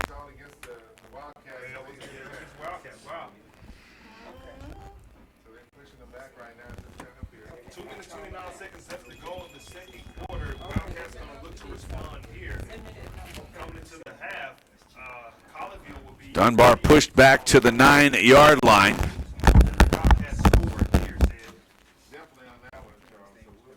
Panthers now lead it 17-7 as we update our score. It's been such a flag-filled game. We haven't really thought about keeping going what we need to keep going here. Alongside Chris Beam, Heckma Harrison heading down to the field for half. Snap back, throwing, and a nice catch on the outside, and that's the Adam Conley for the Dunbar Wildcats on the pitch and catch from the arm of Nakia Cox. Yeah, really nice catch on Adam Conley. And it's funny because in pregame they're doing out routes, and he did the same exact thing when he when they're doing out routes. He dove for it. I'm like, man, dude, this is pregame. He's getting ready. Dunbar right back to the line of scrimmage, set down and 6. Handoff, quarterback caught in the backfield. He's able to escape, and he's still, I'll tell you what, he's fighting hard.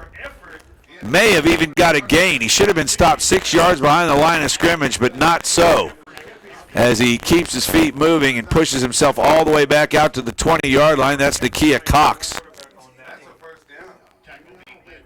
And not only did he fight for yardage, but he was able to gain Chris a first down. Yeah, real nice play by Nakia Cox. Nakia Cox. I mean, on our depth chart here, it says he's a quarterback, but he's lined up at wide receiver. He's lined up at running back. I mean, this guy lines up all over the field.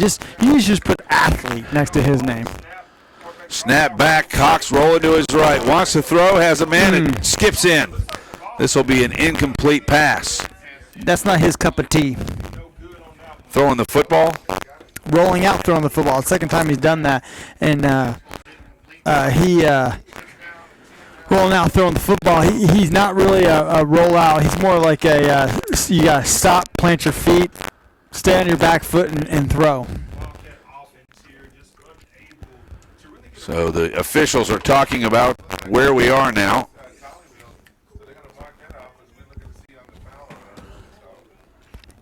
And there was a penalty on the play, and it's going to be the 15-yard variety.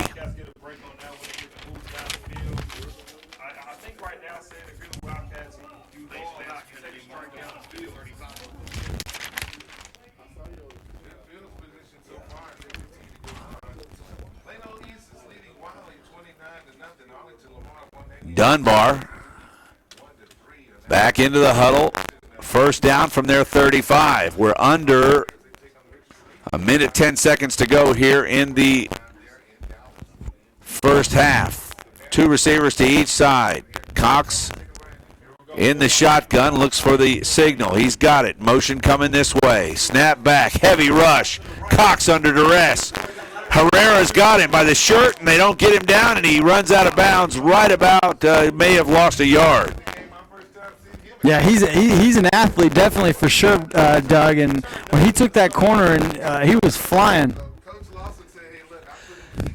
Dunbar will have the football under, how did it get to 4:54? Oh, 4:45. 45 seconds, Golly. 0.4. I was about to say, yeah, 0.4. Well, that threw me. Sorry about that. It's one of those clocks that count down to like the 0.0. And I must say, magnificent renovation they've done here. A great press box here at Clark Field. And they have a beautiful widescreen and a new scoreboard, and it looks absolutely fabulous. Snap back, Cox wants to throw, looking to his right. Airs one out, right-hand side. It's over everybody at the 30. Intended receiver was number 4, Brian Wilson.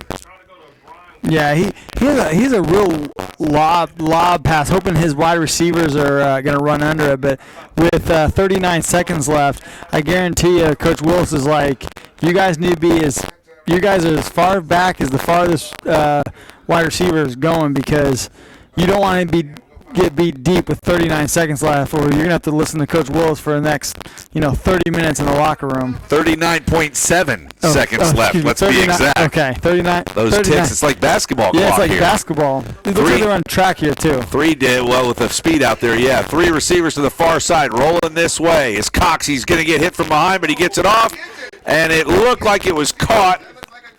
And it is a nice catch, and that is Cooper, number 6, the former quarterback, now playing on the outside, and that'll move the sticks for the Dunbar Wildcats with 32.8 seconds to play in the first half. This clock should roll. This clock should roll because they gave him the line of scrimmage, so I don't know why they gave him his forward progress. 32. He should have been rolling this clock. Does not happen. Dunbar will have the football. I guess they called him out of bounds. Looks like we're going to get a timeout here.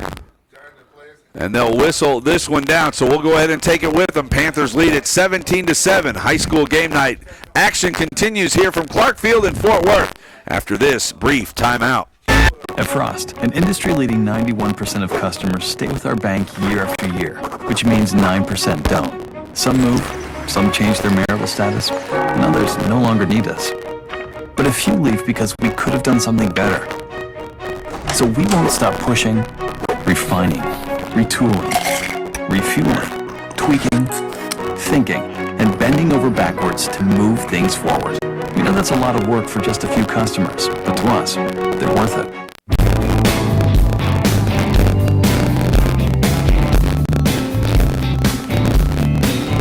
Hey, now listen, folks, got a little story for you about where I get my comfort food when I'm feeling down and blue. I drive down South Whitechapel to the feed store, barbecue.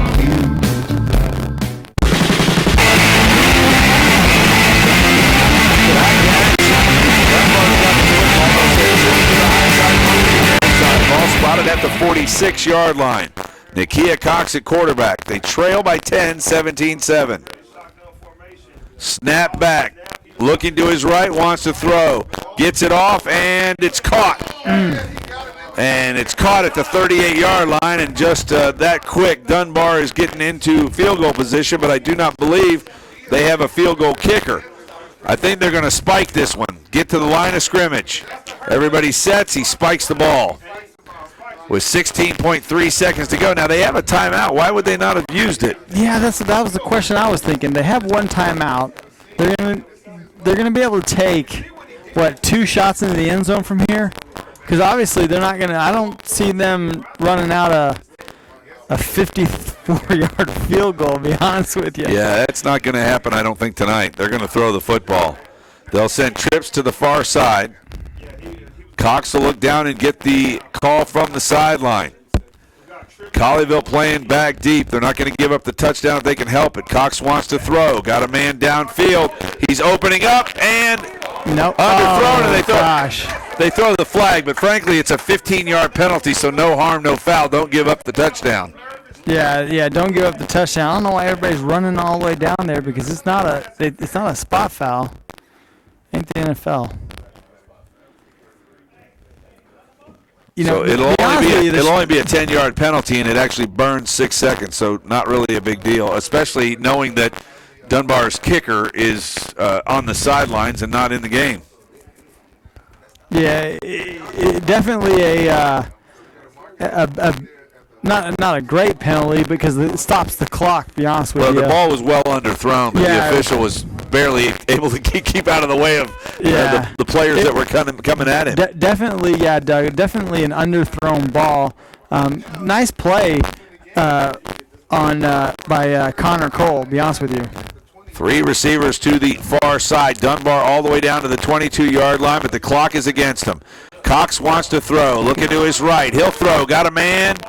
He caught it. Touchdown, Dunbar. Bryce Boyd can't believe that he didn't knock that one away, but you got to give 100% effort 100% of the time, and he did not do it there. Yeah, I thought he was going to catch it, to be honest with you, because it came right by him, to be honest with you. Bryce Boyd was in great position. I'm surprised that he didn't catch that ball.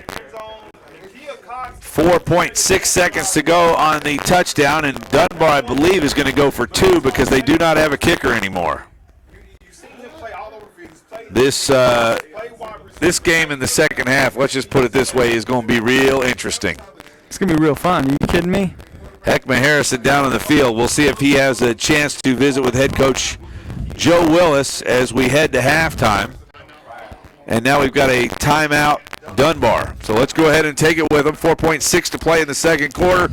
And Colleyville leads it by 4, 17-13. You're listening to Colleyville Heritage Panther football on high school game night. Chiropractic care is a must. Dr. Jeff Connors at Advanced Chiropractic and Sports Care is your go-to. He has been located in Colleyville, Texas for over 10 years. With a convenient location off of Glade and Highway 26, Dr. Connors has worked with athletes of all ages, from professionals to amateurs, especially your Heritage Panthers. For over 20 years, Dr. Connors has helped patients in the DFW area with his unique chiropractic care as well as acupuncture. Call his friendly staff for a consultation today at 817-428-PAIN or visit AdvancedChirosports.com. Remember, if chiropractic care is for you, give Dr. Connors a call and tell him High School Game Night sent you. Back once again at Clark Stadium in Fort Worth. Colleyville leads Fort Worth Dunbar 17-13. 4.6 seconds to go here in the first half. And Dunbar trying to decide what play to run for the 2-point conversion as their kicker, Jordan Alix, was injured earlier in the game and has not returned. I actually don't even see him on the sidelines as I scan it, so he may have already gone to the locker room. Dressing room. I saw him get carted off early in the second quarter. So Dunbar will go for 2. Untimed conversion. Snap back right up the middle and scores. The conversion is completed by Dunbar, and it's a 2-point game, 17-15, and we'll see a kickoff, and who knows what's going to happen here as we've seen just about everything. But one thing I can tell you is with 4.6 seconds left, there's a really good chance we'll get another flag. That's funny, Doug, because you're probably right. We probably will get another flag, probably an offsides on the kickoff, or face mask, and get an untimed down or something like that. That'll be incredible. I'm at a loss for words. I know, right? I'm at a loss for words what I'm seeing tonight. But this should you are be lost for words, which is very shocking for you. Yeah, this should be very interesting. Head coach Joe Willis has to say to Heckman Harrison when we get a chance, Heckman, and when you get him, if Heckman, when you get him, we're going to talk to him through the communications. Try to walk him towards the center of the field so you get a little bit closer to us. If you can do that, Heckman, we'd appreciate it. Colleyville set to receive, and of course, here's the other situation. No kicker. Heckman's having a reunion with one of his college teammates on the sideline, honestly. He's talking to former Cowboy offensive lineman, was it Young? What's his first name? Brian Young? Brian Young. Oh, my gosh. Heckman, pay attention over here, young Brian man. Young and Heckman used to play college ball together. They're having a reunion over there on the sideline, apparently. Heckman, what do you got for us over there? Oh, hold on. Yeah, hold on. We can hear you. Check. Yeah, we got you. What do you got over there? We got you. What do you got over there? Oh, man, just catching up, man. These guys are not happy over here on the Panthers sideline. Too many mistakes, man. I can't wait to get an opportunity to talk to Coach Willis. There's the kickoff. Low drive, pops on the ground all the way back and to another the 5. And I called that. To the 25. Cuts it to the left, and he's tackled at the 41-yard line. That'll run the clock out. I like the but comments. Do we have an untimed down? Oh, there's another one. Wow. Is there enough flags? That guy's he's throwing more flags than a laundryman. He's throwing more flags than a laundryman tonight. That's right. That's funny. I don't care who you are. That's funny. And I'll tell you what, Coach Todd Lawson is out there at midfield. He's trying to figure out. They're just letting them figure it out. Oh, there's an untimed down. So they're going to have to play. They're going to do an untimed down. It looks like. So you may want to get off the field there, Heck, because it looks like they're bringing Dunbar back out. So there's going to be. Heck, pick up that flag. Put it in your pocket. Let's see if they find it. Hey, say that again. Say it again. Heckman, pick up that flag and put it in your pocket. See if they can find it. Hey, Heck, you're gonna. Nobody will see you right now. You're yourself. Heckman, you're gonna have to come a little bit closer to the center of the field if you're gonna get coached, because man, if we get some interference out there. Are you? Okay. Oh yeah. Yeah. Well, Okay, cool. you know you're about 180 yards away from us right now. Like we're not at Mustang Panther, and you're going the wrong way. He looks like he's got a little limp. He may be injured too. Chris. Heckman, are you injured over there? You got a little limp working on it. No, I don't. This is how I naturally walk. Oh. He's got that hip swagger. That's a cool thing, man. I'm in. Yeah, that's cool. I like that. Yeah, it's a little. It's like the what they used to call the gangster lean, right? So I'm trying to figure out what they're talking with head coach Joe Willis. I guess to decide if Colleyville's going to get an untimed down, or this has been a bizarre first half of football, and I can assure you that around the state of Texas, people are going to see this score and wonder what the heck happened. Well, the Dunbars come out and they've closed the gap. They opened the game with a kickoff, 97 yards for a touchdown, 14 seconds into the game, and it's been just crazy ever since. But the officials, and heck, we may have you stand out there for the bands too, because it sounds really good from your mic, and we've missed that net sound. Hey man, I cannot wait to hear the Fort Worth Dunbar band. All right, do you mind waiting out there then? You cover halftime for us? I do not. Because I want to see some good dancing too. You'll get it. All right. Officials may have figured out what we're going to do, and it looks Here like it is. We're walking out here. We figured this out. He's going to Lawson, and Lawson looks like he is pissed off walking over there. He does. Beep, somebody hit the dump button. No, he does. He looks mad. Look at him. He looks mad. Wait, now they're saying send them in. But they're going to kick again. Oh, Colleyville's going to get the football, an untimed down from the 36. Wow. Personal foul on Dunbar. There's going to be one untimed down. This should be fun. I bet you there's going to be another penalty before we're done. No, I don't think so. Landry French wants to throw. He's going to throw all the way. Landry, just throw it, Landry. Now he's got a little room. Now he's going to get swallowed up and sacked and slapped down on his head. Let's hope he's okay. Dunbar, though, will send it to the half, trailing by 2. 17-15. Got him. Halftime comes next. Let's go. On you. Go. On you. Go ahead. Go ahead. No. Hey, guys. He said not this time. Not this time. Ooh, okay. Not this time. All right, we'll send it to halftime. The halftime show comes up next here from Clark Stadium. Back in a moment. All right. Now we're going to halftime.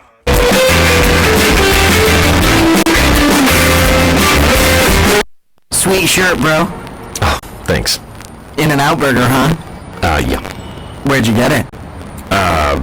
In-N-Out Burger? Right. Yeah. It's pretty sweet. Yeah, you already said that. Oh, yeah. I love In-N-Out. Oh, me too. Mm-hmm. That's what a hamburger's all about. Yep. Totally. Do I know you? Me? Have we? Yeah. No, you don't. No. I saw your shirt, and it's like we have something in common. Like we're on the same page. We get it. We appreciate the finer things in life. Like cheeseburgers. Yes. And T-shirts. Yeah. And personal space. Yeah. Wait, what? You're kind of crowding me here, bro. Oh, I'm sorry. You know, the burgers, they just get me a little... Oh, yeah. Okay, back off just a little. Okay.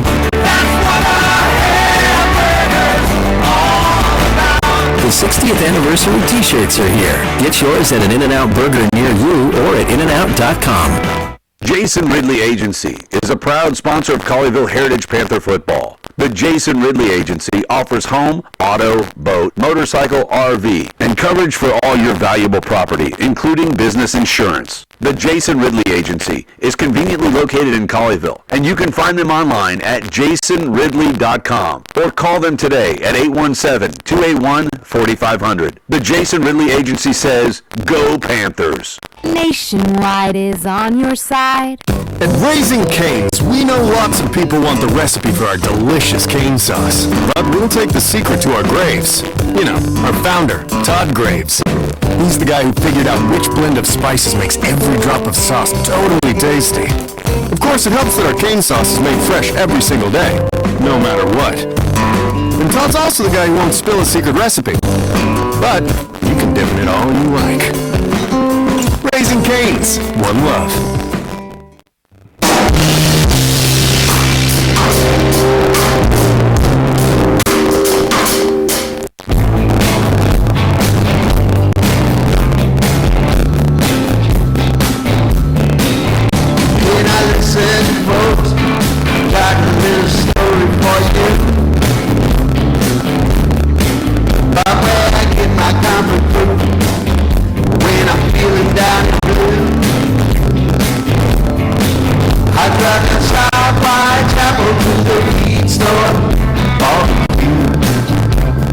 At Frost, an industry-leading 91% of customers stay with our bank year after year, which means 9% don't. Some move, some change their marital status, and others no longer need us.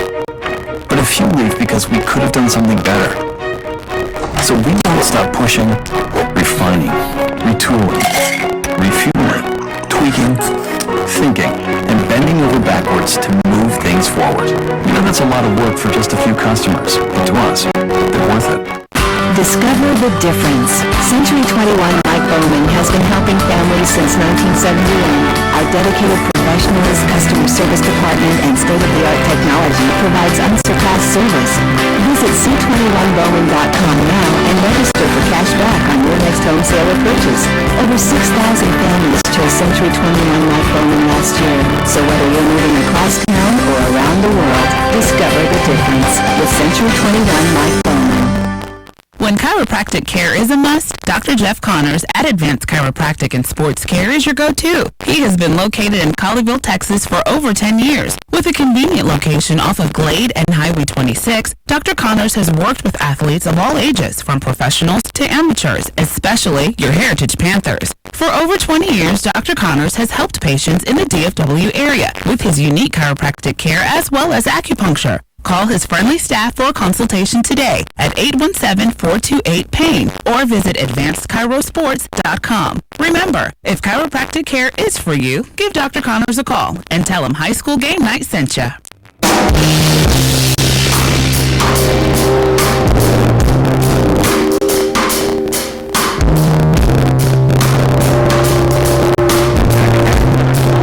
Down in Fort Worth, Texas.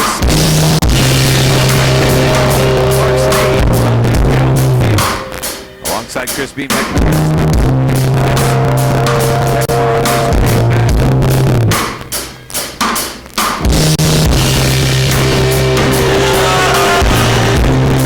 And I mean interesting.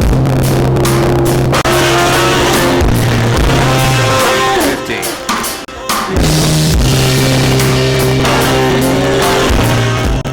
The Colleyville Heritage Panthers, if I told you that the score was going to be 17-15 at halftime before this game started there, Doug, actually, as we were driving over here, what would you have said?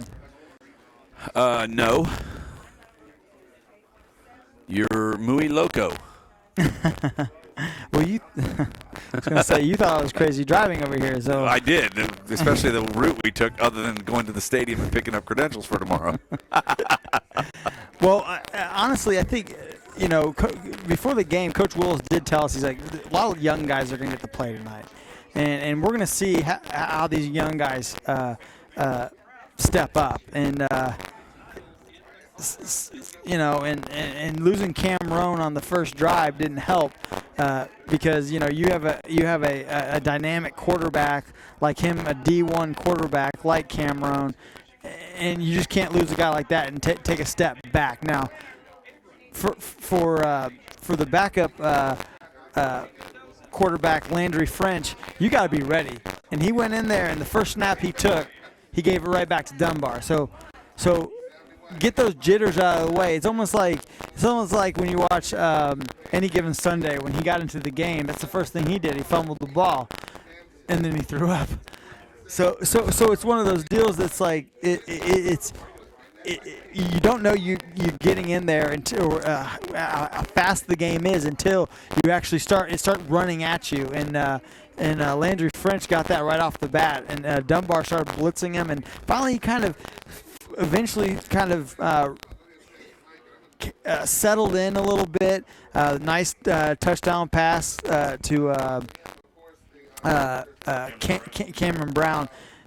And I think that right there is going to give him more confidence going into the second half. Yeah, when you talk about a guy that gets in and he's not expecting to play unless it's cleanup duty, you'd expect him to have those jitters.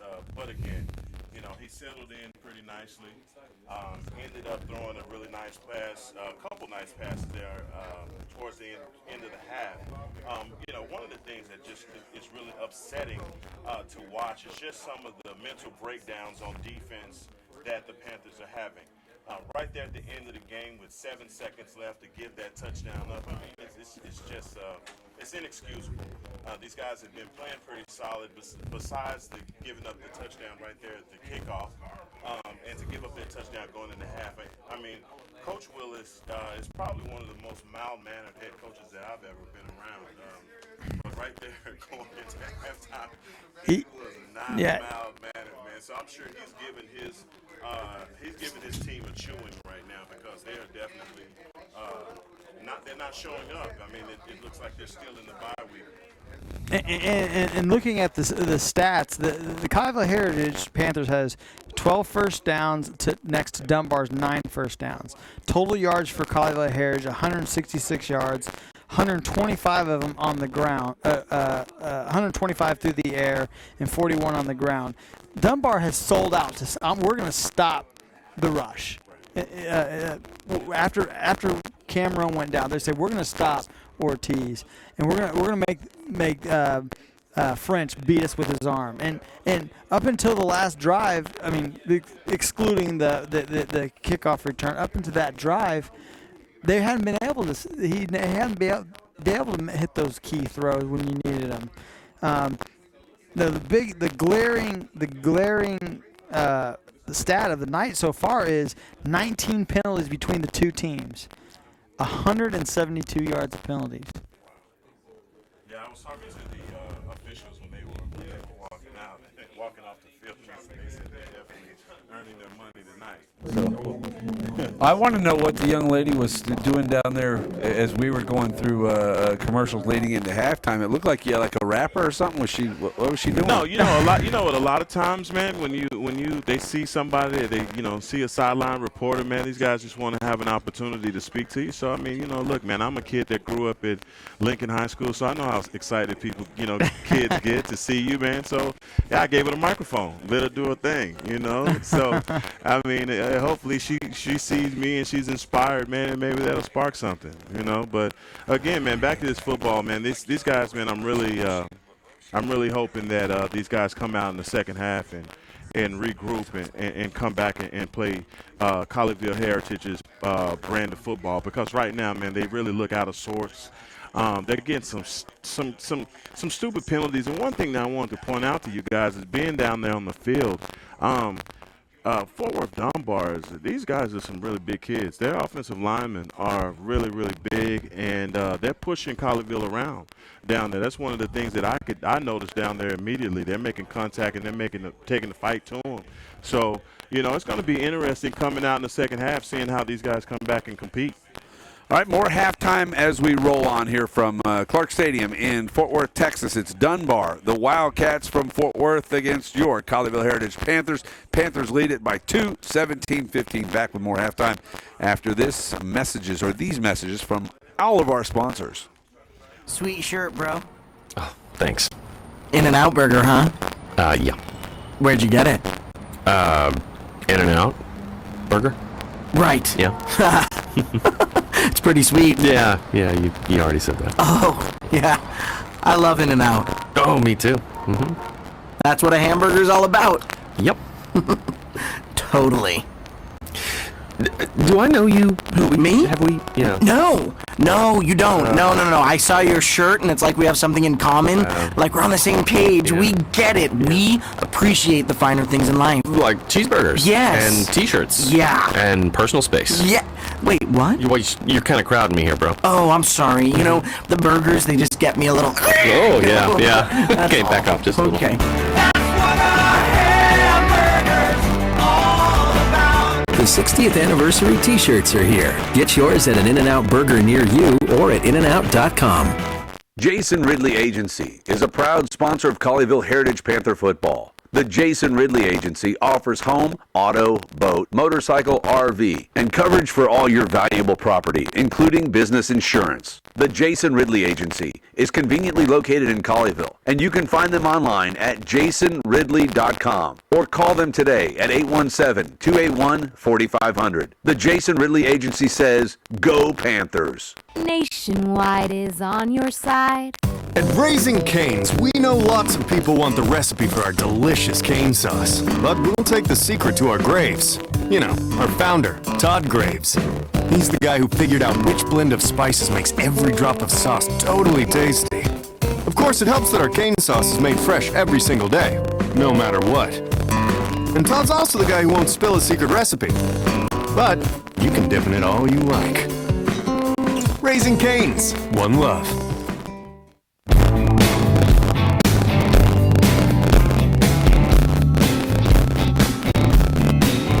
Hey, now listen, folks, got a little story for you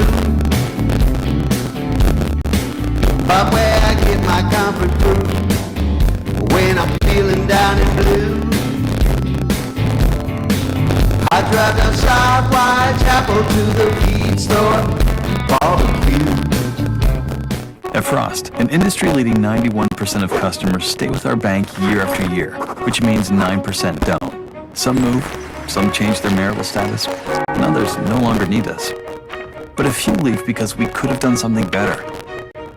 So we won't stop pushing, refining, retooling, refueling, tweaking, thinking, and bending over backwards to move things forward. We know that's a lot of work for just a few customers, but to us, they're worth it. Discover the difference. Century 21 Mike Bowman has been helping families since 1971. Our dedicated professionals, customer service department, and state-of-the-art technology.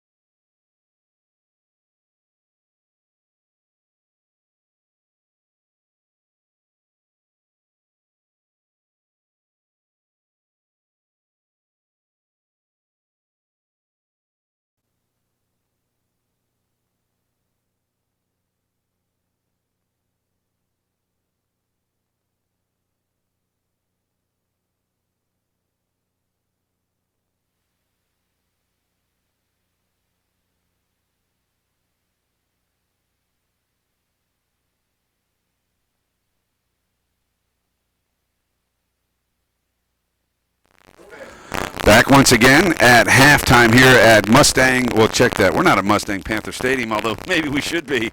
We're at Clark Stadium down in Fort Worth, Paul M. Galvin Field, and Chris Beam, Heckma Harrison here with me. And, Chris, as we look at how this first half has developed, for Colleyville to be ahead 17-15 is, in my opinion, kind of a minor miracle. Helps if I turn myself on. Yeah, that's all right. Sometimes you got to just turn yourself on pretty easily. Yeah, I mean, it is a minor miracle that Colleyville's up 17. Dunbar came out and they just wanted, they came out and they're like, let's go out and they scored an opening kickoff, 98 yards for a touchdown, Heckma, and they're like, this is district play. You're coming to our place. We're gonna take it to you. I mean, these guys, like you said, Chris, this is district play. They came out aggressive. They scored right away, and they've been pushing them around on the offensive and defensive line. I mean, this is definitely a game that could be one-sided in favor of Colleyville Heritage. But, these guys have let Dunbar hang around and had some miscues. And, unfortunately, man, we have a close game. But football is played in two halves, and hopefully Coach Joe Willis can have his team come back out in the third quarter and have some dominance going into to finish this game out. And we definitely Now I'm on. And we definitely know that they have the ability to come back from adversity. But not having Kevon Ahmad, not having Cam Roan, not having Jervon Thornton, losing, I'm assuming that Colleyville lost a player. I did not see any Dunbar player thrown out of the game, but we certainly saw the official do an ejection, so I'm assuming Colleyville lost somebody. We just don't know who it is. Yeah, and, of course, Joe Willis has absolutely lost his temper now with his team. Yeah, I asked about that when I went down on the field, and they didn't indicate that any Colleyville Heritage player had been ejected from the game. So I have no idea what that was or who actually was ejected. Also, I saw Cam Roan wearing a boot there, so he's obviously got something going on with his ankle. Yeah, well, obviously precautionary. You want to make sure you take care of that. Of course, we know he iced it, and if he twisted that ankle, the rest of this game obviously is something that's not it's not going to happen for him. But you want to protect him for the future. So let's go ahead and do this. Play a couple more commercials for you, and we'll be back in a moment here on High School Game Night.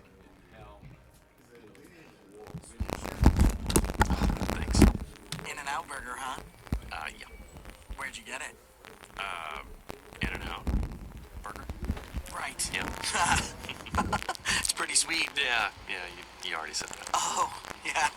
I love In-N-Out. Oh, me too. That's what a hamburger's all about. Yep. Totally. Do I know you? Me? Have we, No, you don't. No. I saw your shirt, and it's like we have something in common. Like we're on the same page. We get it. We appreciate the finer things in life. Like cheeseburgers. Yes. And T-shirts. Yeah. And personal space. Yeah. Wait, what? You're kind of crowding me here, bro. Oh, I'm sorry. The burgers, they just get me a little... Oh, yeah. Okay, back off just a little. Okay. The 60th anniversary T-shirts are here. Get yours at an In-N-Out burger near you or at InAndOut.com. Jason Ridley Agency is a proud sponsor of Colleyville Heritage Panther football. The Jason Ridley Agency offers home, auto, boat, motorcycle, RV, and coverage for all your valuable property, including business insurance. The Jason Ridley Agency is conveniently located in Colleyville, and you can find them online at jasonridley.com or call them today at 817-281-4500. The Jason Ridley Agency says, go Panthers. Nationwide is on your side. At Raising Cane's, we know lots of people want the recipe for our delicious cane sauce, but we'll take the secret to our graves. You know, our founder, Todd Graves. He's the guy who figured out which blend of spices makes every drop of sauce totally tasty. Of course, it helps that our cane sauce is made fresh every single day, no matter what. And Todd's also the guy who won't spill his secret recipe.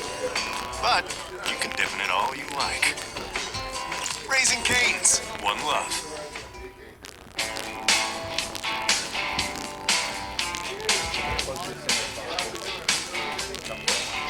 Can I listen, folks? Got a little story for you about where I get my comfort food when I'm feeling down and blue. I drive outside Whitechapel to the feed store. Barbecue. At Frost, an industry-leading 91% of customers stay with our bank year after year, which means 9% don't. Some move, some change their marital status, and others no longer need us. But a few leave because we could have done something better. So we won't stop pushing, refining, retooling, refueling, tweaking, thinking, and bending over backwards to move things forward. We know that's a lot of work for just a few customers, but to us, they're worth it. Discover the difference. Century 21 Mike Bowman has been helping families since 1971.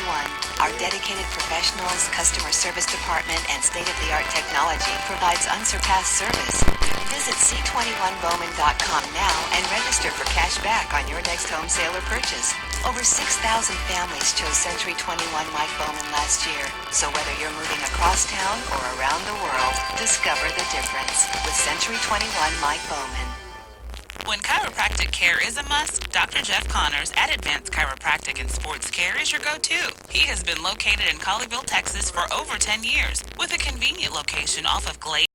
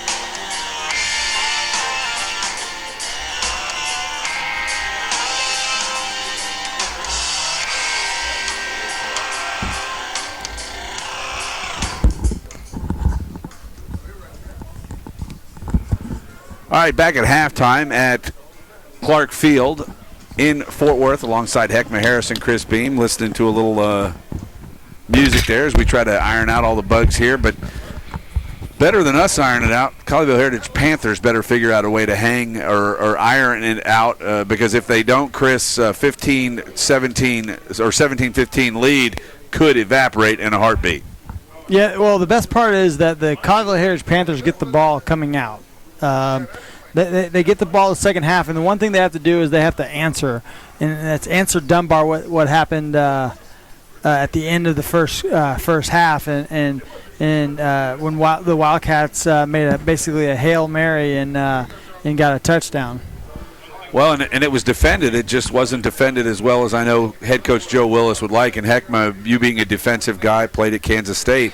When you're playing a prevent defense, which it looked like Colleyville was, how does that happen? Well, I mean, prevent defenses don't always prevent a score. And going into the end of the half, man, they just really they had some breakdowns there, and it looked like a ball in the end zone that could have been knocked down.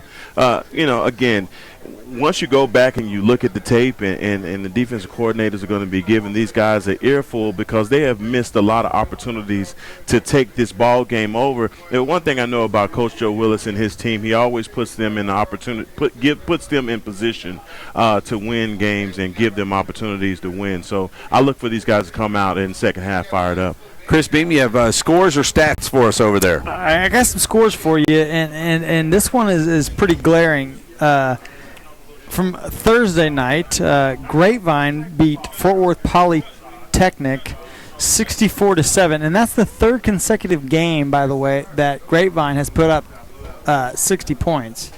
So this right here in front of Dunbar against Grapevine is not going to work because Grapevine's coming to play this year, and they've got a really good quarterback, and it's going to be a barn burner come October 21st. October 21st at Mustang Panther Stadium. That's one glaring look into that. But I can go over a couple big games. I think Channel 5 was doing their big game Friday night or something. The big game was Denton Ryan against Denton. The two big teams. Actually, I think it was. I guess Cedar Hill, DeSoto. Yes. And this was another one. Denton Ryan is Denton. Both 4-0 teams. Yeah. Somebody's putting a whooping on? Denton Ryan said, yeah, guys, we are still the big dog. 35-0. They're shutting out Denton. Wow. Yeah. That's a 5A school. Is it No, they're in the same district. Denton Ryan is the number one team in 5A right now. Right. That's what I mean. That's a 5A school. Yeah, 5A school. Denton Ryan's 5A. Yeah, right. 5A. I'm sorry, 5A, 6A. I get all screwed up about that because of there was a 10A earlier. Remember when I was saying 10A? Gosh, or 10A. District 10. Yes, whatever it was. So Carrollton Arlo Turner is beating Creekview 24-19. Justin Northwest is up on Northwest Eaton 61-19. Prosper up 35-7 over Little Elm. Brian Adams 61-0. That's in the third quarter. Royce City 10, Forney 6. Highland Park 39-7 at halftime. Kimball 41, Thomas Jefferson 0. Mansfield Lake Ridge 21, Mansfield Summit 17, Mansfield Timberview 23, Midlothian 20, Waxahachie 35, Red Oak 7. Ooh, and we just refreshed. Don't you like the refresh? Yeah, you need to turn that off. Birdville 46, Carter Riverside 7. That's one of the district games from District 8 5A. Birdville, a team that the Colleyville Heritage Panthers plays late in the year. Riverside, I think, is it next week or is Polytech next week? Polytech's next week. Polytech next week for homecoming, by the way. Absolutely. Everybody's going to come back. We're gonna have to get about six more headsets in the booth like what happened last year. Is that right? Man, we had so many alumni come up want to talk to us. It was unbelievable. All right, awesome. It was awesome. It was an alumni day up in the booth. It was great. a good memory for us. So halftime just about over here from Clark Field in South Fort Worth, alongside Heckma Harrison, Chris Beam, Doug Branch here. And guys, thoughts about right before we get started here in the third quarter, what does Coach Joe Willis need to talk about, need to do, and what does his team need to do? I think what we need to do is, I think Heckma needs to give the halftime speech. Really? I think this needs to be a segment every week. Is that right? Heck needs to give his halftime speech to Heckma's the team. halftime speech. Highlights. No, speech, because what's he going to give to the team? How about Heckma's halftime heckling? No. Wow. Come on. The halftime speech. Don't you like it? Man. He's trying to do the HH. Is that what he's doing? He's trying. Isn't that Triple H? Isn't that the wrestler guy, Triple H? Come on, Triple H. Give us your halftime. Right now, man, I would basically give it to these guys and let them know that, look, 2 weeks ago, man, we came off of an old school whooping. And like my mama used to do, my mama, every time I get a whooping, she'd hang the belt in the corner to remind me of what that felt like.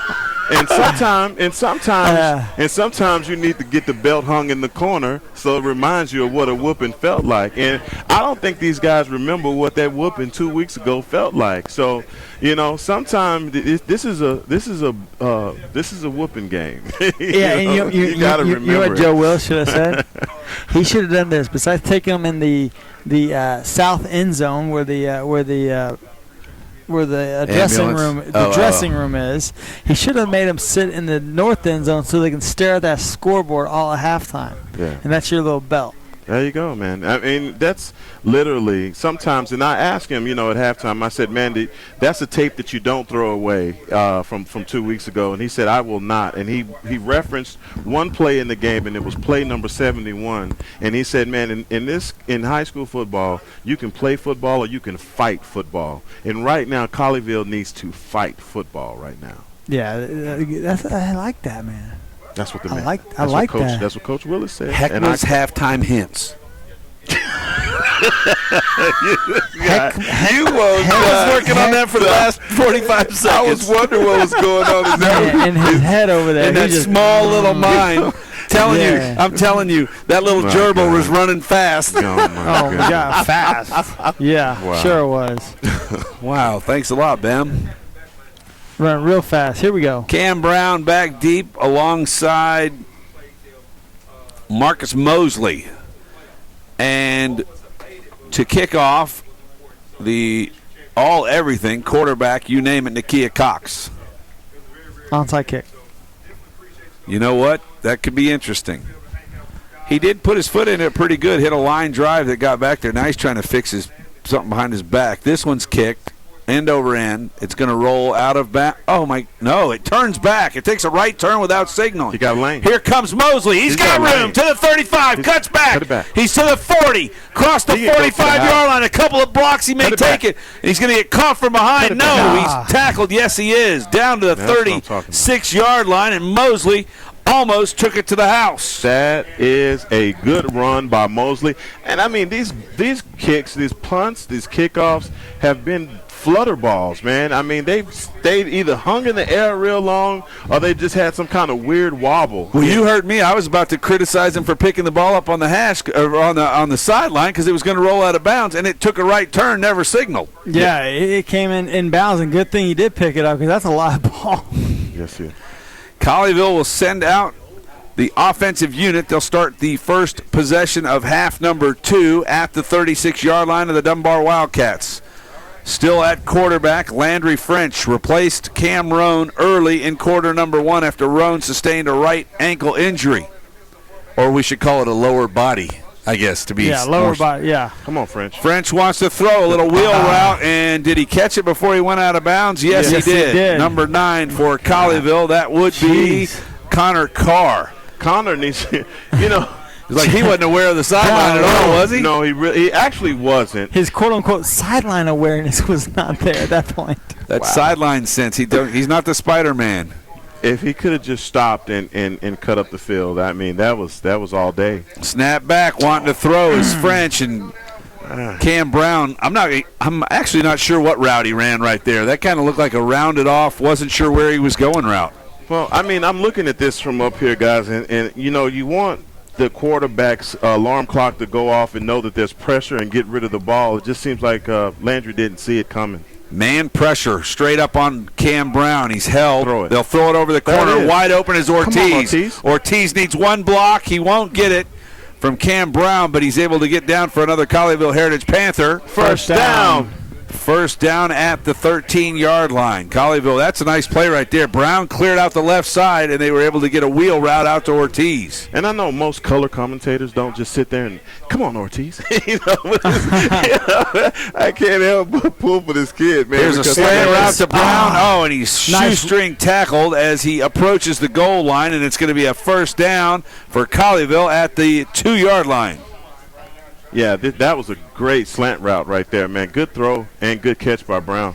Right back to the line of scrimmage. This is handed off inside and not fooling anyone on the Dunbar front three as they are able to swallow up Mario Ortiz. Yeah. Wholesale personnel changes for Colleyville here. I saw 4 come on, 3 go off. Now 2 more go off. Does that work out right? Yeah, it's working out just fine. Count them. I think we're short 1 person. God, call a timeout because there's 10 out there. You're right. There's only 10. They're missing a guy. So let's see if they can do it. 10 people. 10 against 11. Will Colleyville score here? Hand off, and he walks the dog. Walk the dog. That was a walk the dog right there, big guy. Walks the dog. With only 10. They throw out the ghost. He didn't have to go 99 with 10, but he only had to go 1. Yeah, he threw out the ghost receiver. And Colleyville gets on the board quickly here to stretch the lead out. 23-15 PAT to follow.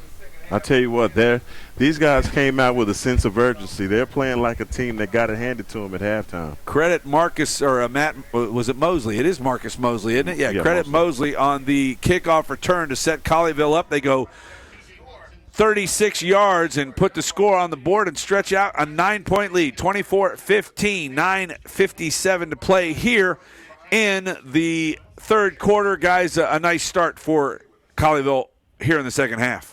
Yeah, real nice start. That's exactly what I said at halftime that what we really needed to do is you get the ball and you got to go score. You got to take what you learned at halftime and just drive down the field. Yeah, that was definitely what they needed. I mean, you know, just to feel good about themselves. I mean, because they had so many miscues and mistakes that first half that this second half they can really redeem themselves and rectify all of the mistakes that they made by coming out and playing sound football and not getting a bunch of penalties like they did in the first half. The first half was completely just sloppy. Let's just forget about that and start over. Quick timeout, and let's get a message in quickly from Jason Ridley. Back in a moment. You like that new commercial? Yeah. Connor Cole on to kickoff for Colleyville Heritage. And coverage for all your valuable property, including business insurance. The Jason Ridley Agency is conveniently located in Colleyville, and you can find them online at jasonridley.com or call them today at 817-281-4500. The Jason Ridley Agency says, go Panthers. Nationwide is on your side. All right, back at Clark Stadium in South Fort Worth alongside Heckma Harrison, Chris Beam. Panthers lead at 24-15. And dare you do an onside kick right here? No. You play kick straight up. You try to kick it to the 25, meaning like 25. Tell you what, clock. there's a lot of room between the 35-yard line and the 20. Oh, they had them going backwards. They did. That's not. Hey, as a coach, like, don't go backwards. Where are you guys going? So Colleyville will spread out. So will Dunbar, and now they'll reset both sides. Colleyville scores the touchdown with only 10 men on the field. Here's the kickoff. Nice Deep kick. Nice kick. Into the end zone, 4 yards deep to Cooper. Cooper's going to bring it out right up the middle. Breaks to his left, and he's going to be swallowed up at the 21-yard line. And wow, that one went from the 50 down to the 24. That was a 26-yard flag. He must be an Olympic flag thrower. So is that the first flag here in the second half? That's correct. What's the over-under on flags? Should we talk to the guys on the other side? Guys, what's over-under on flags here in the second half? I wish I could give you a number, man. All right. Even the opposing broadcast crew can't come up with it. I'm going to say the over-under is 10. I'm taking the over. I'm taking the over. Everybody in the house is taking the over. You got to make it like the hard. bookie's going to lose a lot of money tonight. Well, there was 19 in the first half. So, I mean, let's make the over under 16. You'd still take the over. They're still taking the over at 16. Jeez. Dunbar will have the football. Had a little no wagering. Wow. What's that deal David Letterman used to do? No wagering, please. Yeah. That's at the ballpark. Oh, dot race. Dot race. No wagering, That's please. old school. Oh, hey, Two receivers to the high go. side, one to the near side. In the backfield, it is number 5, Nakia Cox. Snap back, hands it off up the middle, going left. Got room, breaks across the 20, and he's got a Wildcat first down out to the 30, call it the 23-yard line. Yeah, guys, look, one of the things that I'm looking for in the second half from Colleyville is to play sound, hard-nosed defense. They got pushed around a lot in the first half. And, you know, these guys going into district play, they're going to have to assert themselves and let everybody know that this is a new district and they're here to stay. If they want to win this district, they're going to have to dominate some games. Defensively, we know what they can do on offense. Wilson in motion across. They'll give it. Nope, the quarterback will keep it. Cox, and he's only going to pick up maybe a yard. Call it 2nd and 9 from the 24. Thomas Chapman almost had him too. He didn't bite on that on the fake handoff. He had him in the backfield, and he just ran on by.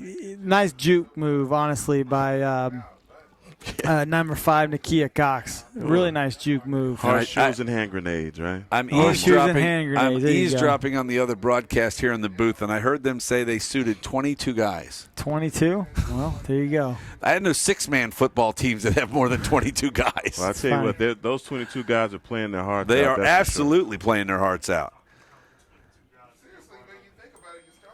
2nd down and 9. Snap back. They'll go left-hand side, inside handoff, and Colleyville's there to stop that one. It's kind of a game of nutrition. Give him a yard on the carry. It'll be 3rd and 7 from the 26-yard line. That's interesting that you say that. They should suit 22 guys, and I'm sure a couple of these guys are going both ways. Mm-hmm. But it's going to be interesting going in the fourth quarter. If you suit 22 guys, they're going to – I mean, it's nutrition. I mean, you're going to see if these guys are going to get – Attrition. Sorry, nutrition. It's nutrition. Nutrition too. Hey. Nutrition too. Chris, I'm with you. I got you. You got whatever nutrition it is. I like it. I appreciate it, man. I mean, be throwing down a more than 9-letter word. Come on. Contrition. Attrition. Nutrition. I love it. Snap back. Dunbar wants to throw. Got a man in the slot, and he throws it, and it's a good thing he threw it in the ground because that's a pit 6 going the other way. Herrera standing right there. There was pressure on that one. Yeah, he was got to get sacked, or he's going to have to throw that ball away, and it looked like he pretty much threw the ball away. 4th down and 7. Dunbar looks like they're going to set up to punt.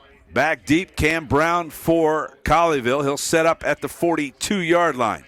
Who they got back to punt? Is it Nakia Cox? Cox again. Back to pop. I mean, it's all athletes. They lost their kicker who had done a nice job, Jordan Alex. Like I said, low kick, bounces. Look at that, and man. what's he? He's going to get it at the 37. Plants a foot. They got a line set up. Brown, right side, breaks out to the 40, to the 35, and there's the flag. There's 2. That's 3. There's 3. Does that count as 3 or 1? That's 3 flags on one play. Is that 3 or 1? Over-under is 10. Does that count as 4 flags? I'll tell you what, somebody better get some Advil. These boys are going to have sore shoulders in the morning. Man, I want to try to get out of here by midnight. You're not. What time is it? 9:42. Oh, we still got another half to play almost. Golly. Somebody get us a room. I'm just saying. When I was looking at the scores tonight, it was like 4th quarter. I'm like, 4th quarter, what time is it? I'm like, oh, it's 9:30. Oh, this is going to go on Colleyville. Oh, geez. Back them up to the 47-yard line. That's where they'll start possession number 2 2 here. weeks ago, that game was over by 9:30. Well, yes, because Trinity, they run the ball every play. Tick, tick, tick, tick. Tick, tick, tick. Yeah, exactly. Colleyville sets up. Trip receivers to the near side. Ortiz goes motion right. Want to throw. Got a man breaking open and overthrows him again. Landry French does not put enough air underneath the football for the receiver, Connor Cole, to run under. Yeah, that's one of those throws right there that Cam, he's going to make that throw. Landry is going to be a kid that's going to come back next year and, is going to be expected to lead this team. So if he's going to show anything and putting the game film together, tonight's the night to do it. Tell you what, I'm not so sure that the Dunbar kids are any more tired than the Colleyville kids. Ortiz around the corner. He's got the edge to the 20, 25. Ooh. Hits, and he's still going, but did anybody blow him out of bounds? I didn't see him blow him out of bounds. But I see an official standing at the 34-yard line. That'll give a Colleyville Heritage Panthers another. First down. Yeah. Wait a second. Even you guys are tired. No, I was looking at what's going on. He kept running, and it's like the play never stopped, but I guess he stepped out. Here we go. Snap back. Oh, that's looking to throw French. That should have been a flag. Rolling to his right, and he just runs out of bounds. No, he threw it away. I never saw his arm go forward. No, he kept that. He kept it? Yeah. And lost 8 yards on that. Is that the difference between? Yeah. Okay. That's whatever you're about to say, yeah. Second down and 14. That's when you that's when you're like hitting those guys just standing on the sidelines down there. You try to hit those guys right about the 10-yard line with the pass. Oh, man, Brown was in motion. He never even got set. Play. Oh, no, lots of pressure on French. Now he's got room. He runs into his lineman, and his lineman knocks him down after a 2-yard gain. Now, did you see that? Cam Brown was running out to get in position. They snapped the ball. He wasn't even set, but he was in motion, so it was okay. Right, well. He's dragging. Look at him. He can barely move. Yeah, I'm not sure that Colleyville's in any better shape right now than Dunbar, and they've got a full array of players standing on the sideline. 4 receivers into the pattern this time. From the shotgun, French has got it. Back to throw. Got a man down the sideline. Wow. And this is into the end zone, not even close to the receiver. Well, one of the things I'm seeing right now, I don't know how many reps he's getting with first team or not throughout the week in practice, but it's just looking like the timing is off a lot. I know that Colleyville runs a lot of timing routes, but it's just the timing is completely off right now. Colleyville, they're going to go for it. They're going to back up into a quick kick is what they're going to do. Yeah, quick kick it. But Doug, like you said, man, you can't really tell who's tired and who's. He's got a man at the mark, and he got the first down. He got the first down plus. Wow, nice. That's a really nice play. I'll be honest with you. I think those are the routes that they need to run. Going downfield, his timing is not even close. They need to run 5, 7, 8, 10-yard outs and just throw the football. That's a perfect call. First of all, it's on your sidelines. Okay. Second, he's rolling the direction that he's throwing. And potentially kicking. And third, he could have kicked it if it wasn't there. Right. Real nice play. First down at the 20 for the Panthers. Motion right, Ortiz looking to throw French again. He gets hit as he throws it, and this one's way over the head of a wide-open receiver. Yeah. I mean, he's just humming it out there. The touch is not even close, although he was getting pressure. I know pressure. Well, he couldn't step forward. He got laid on his back. The pressure was a Dunbar helmet in his chest. That big D Wildcat jumping on him. Right side. Ortiz gets the edge. He's around the corner and may have another Colleyville Heritage Panther. First down. First down. Let's check it out. No, here's the thing: one thing I like about Ortiz is he kind of slow plays it sometimes. Hey, Doug.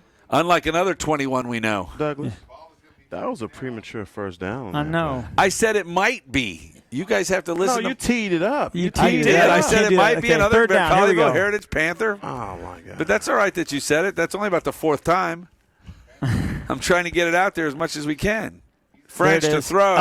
Too high. Not even close. I mean, he doesn't get the ball down to Larry Brown, son Cam, at all. Doesn't get it down to Larry Brown. No more rocket balls, please. Is that what he said? No more rocket balls, please.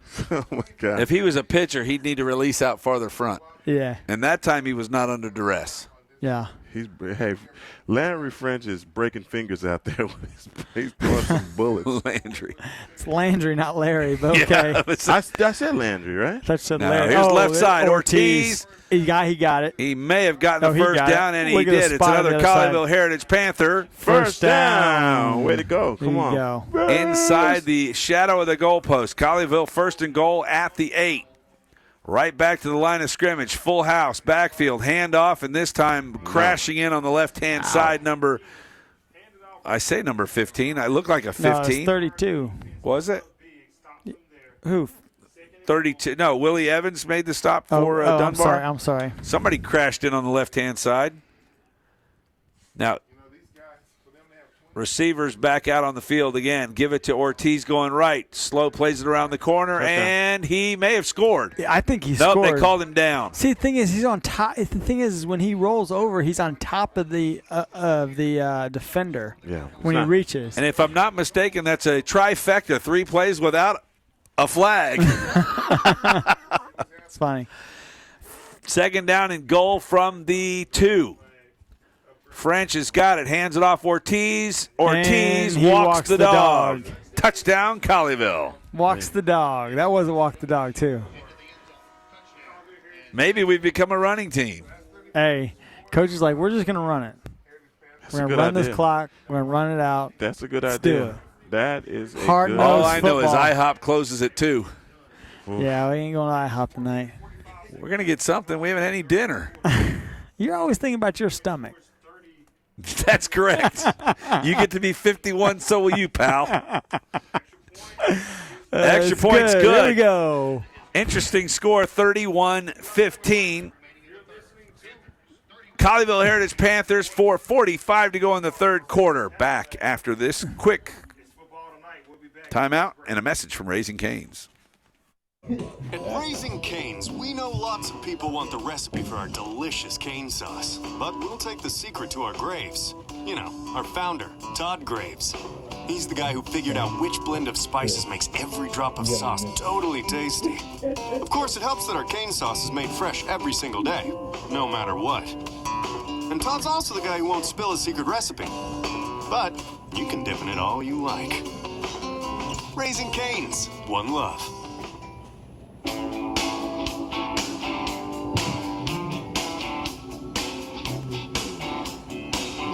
Hey, now listen, folks, I got a little story for you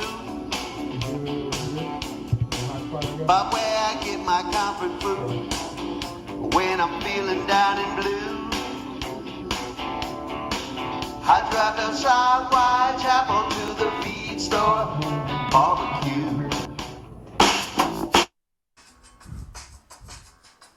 Back once again at Clark Stadium. Sorry about the hard cut right there. Sorry about that. It's on me. We're doing it old school tonight. Yeah, definitely. 31-15. Panthers lead the Wildcats. Set to kick off, heading from our right to left. And I believe that is Connor Cole to kick off. We need to get that sponsorship. Yeah. Maybe we're doing feed store barbecue, and the guy next to us doing Moritz Cadillac. Yeah. Well, heck, let's what go. Are you doing tomorrow? What are you doing? Whoa, that's a nice kick. Yeah, kick goes off. No, through the end zone. Went through the goalpost. And it only got stopped by the fence that's about 40 yards past the goalpost. Poor kid having to run after that one. Again, 4:45 to go. 31-15. Colleyville leads the home Dunbar Wildcats. District 8 5A action here from Paul M. Galvin Field at Herman Clark Stadium at somebody Junior Athletic Complex. That's what it was. And I'm not sure what it is, but Athletic complex. Yeah, well, that's exactly what it was. So everybody's getting a little piece of the action here. I'm only disappointed my name's not somehow on it. Haven't played here some 30-some years ago. But it is what it is. Colleyville on defense. Cox has got the football, and I believe Dunbar is going to have to call a timeout. Yeah, well, they ran number 9 on the field, and number 9 ran off the field, and they ran back on the field. And then they called timeout. Yeah. I have a question for you. Let's just keep it right here. I've got something that's been bothering me all night, guys. Okay. That would be a go ahead. No. I'm looking on the sidelines, and one of the Dunbar coaches has a backpack on. I know. It's a red one. And I don't know why he has a backpack on. You think he's got special secrets in there? I don't know. But he has you a know what? headset. Hey, but you know what? That may be. Well, no, you've got trainers on the sideline. I was going to say maybe he has it because there might be a kid that's like got diabetes and he's got to have a pen or something to be able if he has some sort of deal, and he needs to be close. I don't know. I mean, He's got white gloves on too. He does. Got treated with white gloves. I'm not touching that. Treated with white gloves. He You know does what I'm have saying? He does have a backpack. He does have a red backpack on. Maybe he's got snacks. He's worried about his stomach still. There's a Brahms sign right There's a Brahms, a Maybe he's got Wendy's. snacks. There's got to be a Domino's close there's by. a Pizza Hut over there. Oh, double throw. Double throw. Oh, this no thing's way. a duck. Is it going to quack? Oh, almost Wentz got out of picked off bounds. by Mosley. Oh, and that ball almost got shot through the goal. Coach Lawson took a right foot at that one and whiffed on it. And whiffed it. Good thing he didn't kick it. Good thing. If he would have kicked it, there would have been another flag. We would have 4 flags. He took a whiff at it like. I'm glad he didn't slip and fall. We could have had another injured person. That's a hard throw, though. That guy, I swear to God, he about threw his arm out, bringing it all the way 50 yards that's across. That's almost a 50. That's probably more than that because of the angle, right? Yeah. Oh, yeah. I mean, that's like a 60-yard throw at that point. Wouldn't you say? I would agree with you.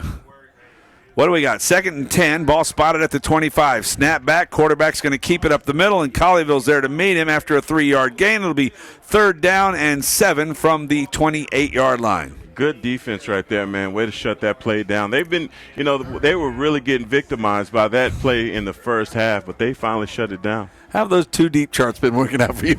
They've been working great. Doug. As a fan, been helping me out greatly. By the way, I was looking at just to throw in some color, some color and some scores. There you go. Jesuits beating Coppell 31-10. Not a surprise. Jesuits got a good football team. They played a number of good teams in preseason. Well, in pre-district anyway. Yeah, Allen. By the way, Allen's still good. They're 55-14 over McKinney Boyd. Flag down. That's a and false that's going to be a false. Yep. Motion on Dunbar. So that's flag number 4. And I have to say, the guy who's on the screen looks a lot like the officials we. Holy poly kind of guy. You got to explain it to the radio audience. Oh, do I? Yeah, of course you do.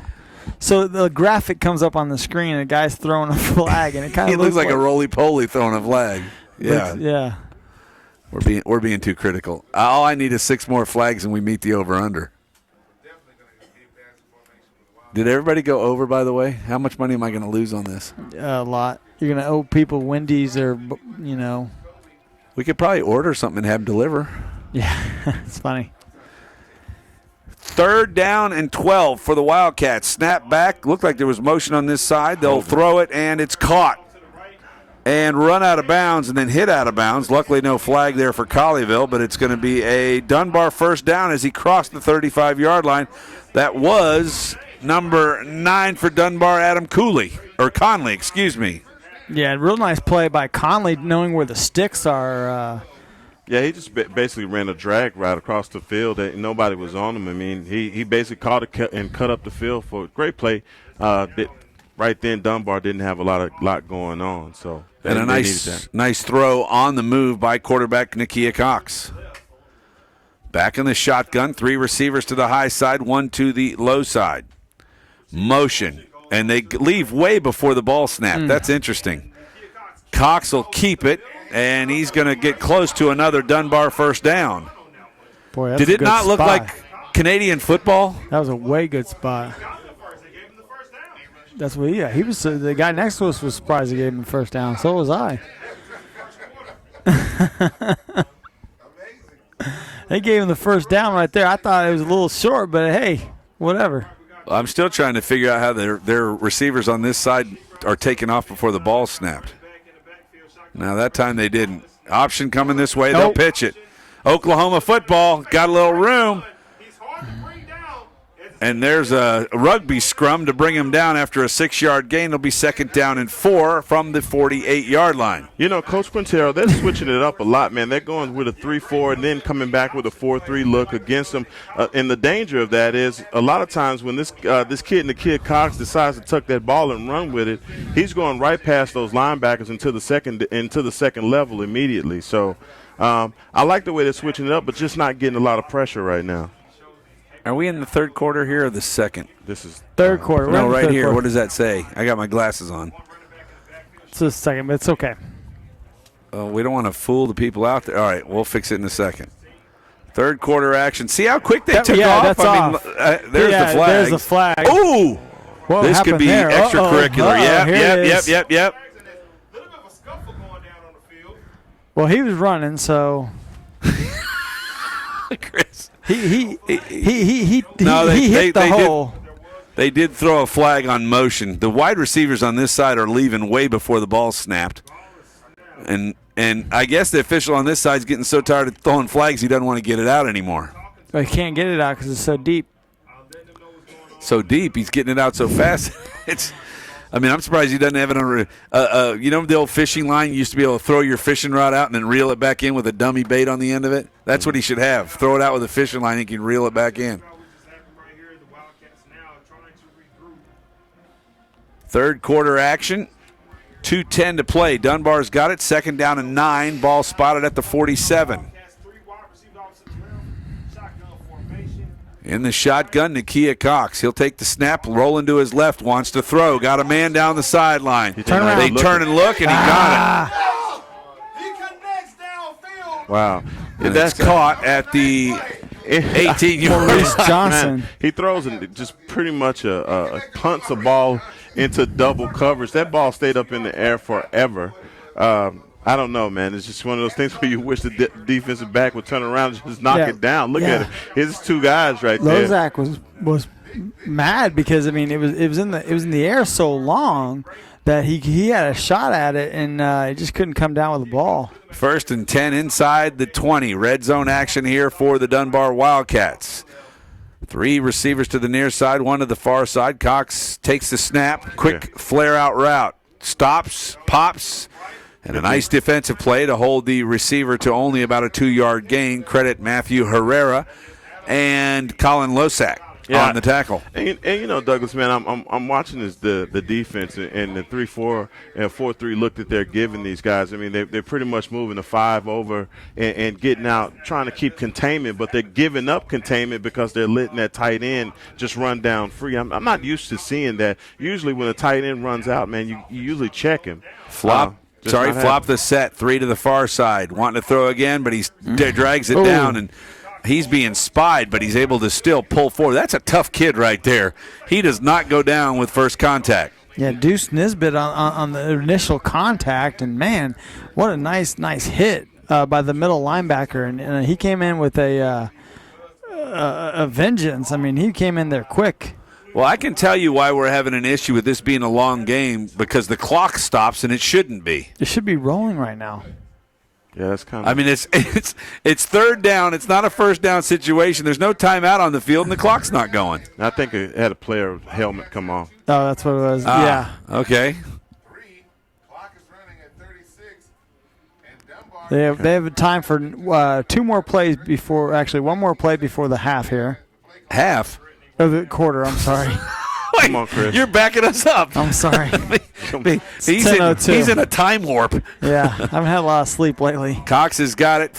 Gives it left-hand side. There They've got him over there. A nice play by yes. whoever that was on the far side. We'll get a picture. Yeah, that's, ball was fumbled. Oh, wait. Thornton. Was it fumbled? This is one of the Thornton kids. No, the referees are talking. Come on. I don't know. Joe Willis has got the whole team around him right there. What's the call? Timeout? Thornton came in. Timeout, Colleyville. Javon Thornton came in with the tackle, and really nice tackle, and did the old gator roll on him. And I don't know if it came out or not, but nice 5-yard loss on the play.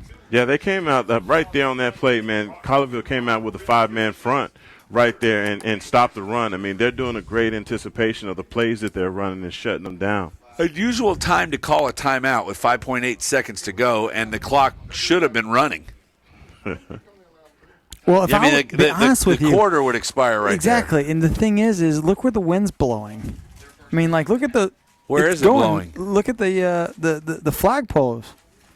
I don't even see is there a flag on the flag? Oh, yeah. Oh, so he wants them, if they're going to kick, to have to kick into a heavy wind.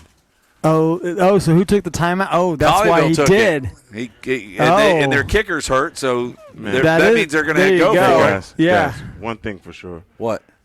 Fort Worth Dunbar is not kicking this ball. Well, you don't know. That's why we have you. That's why we have you. No. You have me for a number of other reasons, but I'm telling you, they are not kicking this ball right now. It's funny. You can bet you're funny. That's not going to happen right now. I don't know what's the over/under on that. 0? Yeah, come on. They're not kicking. You're funny. You're like, guys, Well, then what do you call the timeout for? Give your defense a break before they have to try and do this 4th and 10? You got to tell them exactly what's on the line? There you go. 5.8 seconds to go in the third quarter. And there's motion. God. And that's going to back them up another 5. Okay. All right. And that's it. Whew. That young man will not be back in the game for a while. Look, coach is on. Yeah, when your coach meets you when he meets you at the hash mark, go see. He said, go to the. Oh my gosh. That's the worst. When he points to the bench. Like what? He's like, just go down the end of the. Well, guys, Coach Samples at Lincoln High School used to say, "Here's a hammer and here's a nail.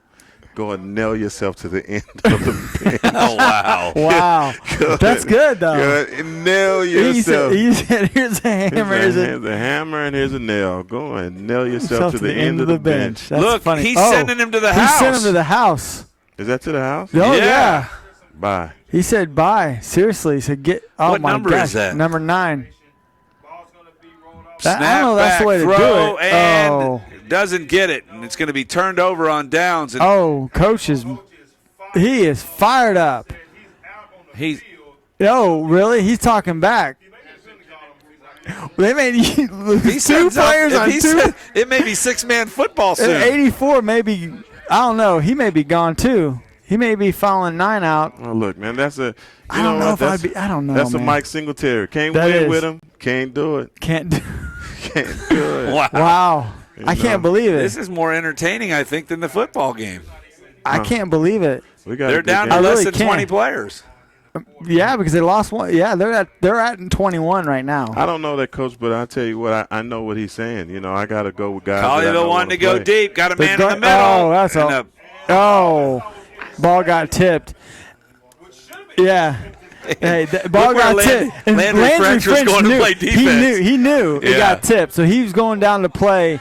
That's a smart play by Landry. You know what I'm trying to figure out? We had, 5 seconds left? How did we get another playoff? I have no idea, Doug. They rolled out. They threw the football. How did we even get another play? That is a good point. All right, well, fourth quarter coming your way next year on High School Game Night after this timeout. Chris, turn me up over there. Jason Ridley's got a little message. Jason Ridley Agency is a proud sponsor of Colleyville Heritage Panther football. The Jason Ridley Agency offers home, auto, boat, motorcycle, RV, and coverage for all your valuable property, including business insurance. The Jason Ridley Agency is conveniently located in Colleyville, and you can find them online at jasonridley.com or call them today at 817-281-4500. The Jason Ridley Agency says, go Panthers. Nationwide is on your side. At Raising Cane's, we know lots of people want the recipe for our delicious cane sauce, but we'll take the secret to our graves. You know, our founder, Todd Graves. He's the guy who figured out which blend of spices makes every drop of sauce totally tasty. Of course, it helps that our cane sauce is made fresh every single day, no matter what. And Todd's also the guy who won't spill his secret recipe. But you can dip in it all you like. Raising Cane's, one love. Well,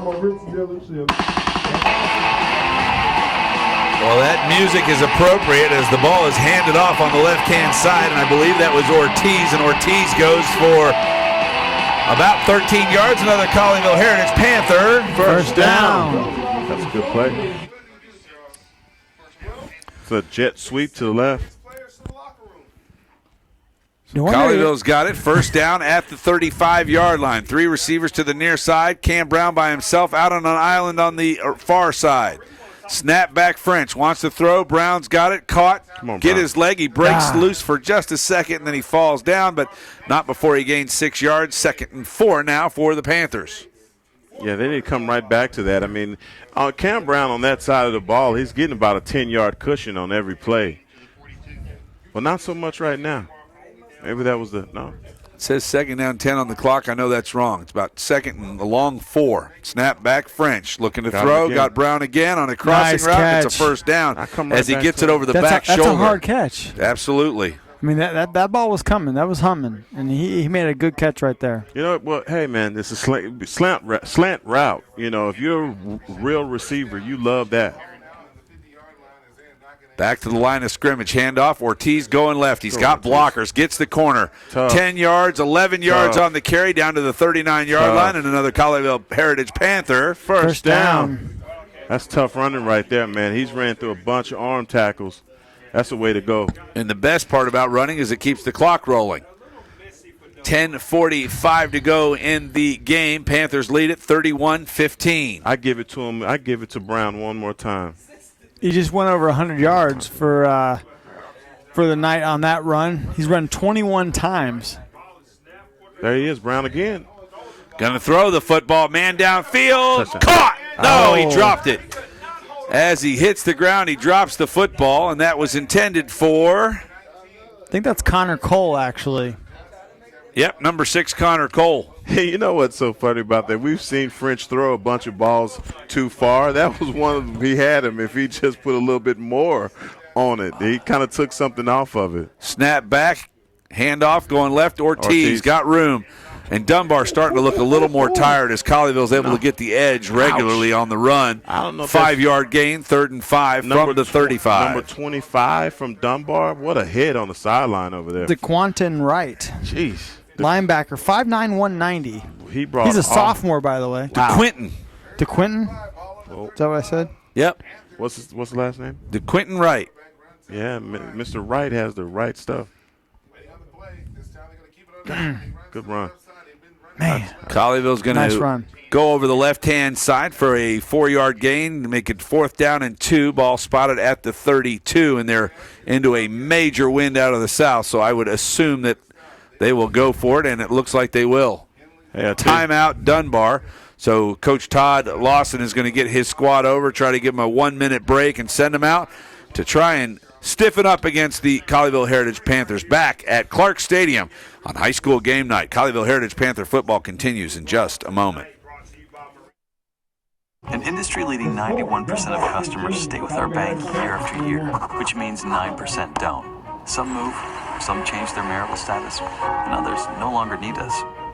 But a few leave because we could have done something better.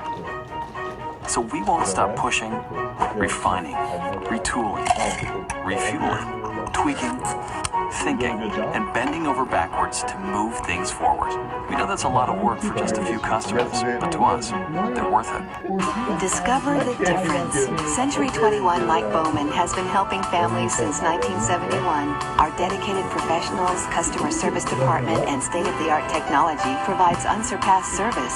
Visit c21bowman.com now and register for cash back on your next home sale or purchase. Over 6,000 families chose Century 21 Mike Bowman last year. So whether you're moving across town or around the world, discover the difference with Century 21 Mike Bowman. 4th and 2, snap back. Oh, they got a flag. They may have got him offside before the snap. Yep. Nice play by the center, by the way. How many flags is that? Oh, that's why he wasn't able to control the snap, because as soon as he saw the offside, he snapped it. Yeah, the center snapped that ball as soon as he saw him jump. As soon as he was over the line of scrimmage, he snapped it. He didn't care if the guy caught it behind him. So a 5-yard penalty will give the Colleyville Heritage Panthers another first down.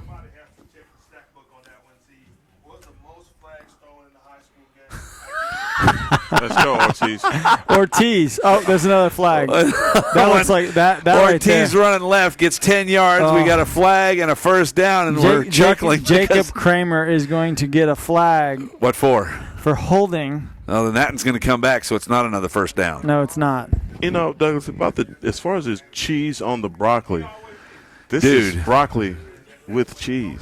This is broccoli cheese soup is what this is. Yeah. You got to tell them where we found that from, though. That's not original? No, it's not original. Oh, Beam, you never give your secrets up. Golly. That's like what happens in Vegas stays in Vegas. I know, but we did.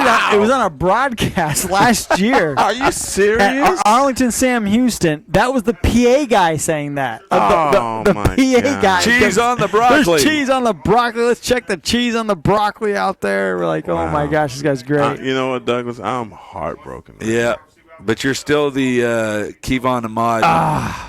What is it? Fan club chairman, president? He's the president. Absolutely. We miss you. He's the CEO. Kevon. I'll tell you what, we not only miss him, but we miss Cam Roan and we miss Javon Thornton. I'll tell you what, they've overcome it in the second half, man. Yes. Trip receivers to the near side, single out to the far side, wanting to throw French. Looks down the middle, doesn't get rid of it. He's got to get rid of it. He did this time. There he goes. He threw it away. Now, guys, I've never seen a defensive guy stop. Number 77, defensive end there for. He took the fake. I think you meant 17, right? Is that 17? Yeah, it's 17. Oh, God, he's big in that. His one is stretched out. Yeah, Tyrion Dixon. Mr. Dixon completely stopped on the pump mid-pursuit. It's almost like he asked French a question. I don't know. It confused me. 3rd and 15. Fake. Going up the the wheel route. Got it. Oh, nice tipped away. Play. Nice defensive play out on the edge. Real nice play by. And my guess is that just like Dunbar, Colleyville will not kick. Yeah. Well, what's that kid's name? I'm sorry. Go ahead. Number 12. Is that Darian? Man, I tell you. Darian Miles McCarver. But that was a good play. 4th and 15 from the 30. Colleyville's got it, and here's a little pooch kick from the 30. Nice. Oh, what a nice one, too. Goes out of bounds, and that went out at the 8, but they mark it at the 7. No surprise. Thank you so much. 8:41 to play in the game. Colleyville leads it by 16, 31-15. Dunbar will have the football when we come back. It's high school game night from Clark Stadium in South Fort Worth. Back in a moment. Sweet shirt, bro. Oh, thanks. In-N-Out Burger, huh? Yeah. Where'd you get it? In-N-Out Burger? Right. Yeah. It's pretty sweet. Yeah, you already said that. Oh, yeah. I love In-N-Out. Oh, me too. Mm-hmm. That's what a hamburger's all about. Yep. Totally. Do I know you? Me? Have we? Yeah. No, you don't. No. I saw your shirt, and it's like we have something in common. Like we're on the same page. Yeah. We get it. Yeah. We appreciate the finer things in life. Like cheeseburgers. Yes. And T-shirts. Yeah. And personal space. Yeah. Wait, what? You're kind of crowding me here, bro. Oh, I'm sorry. You know, the burgers, they just get me a little... Oh, yeah. Okay, back off just a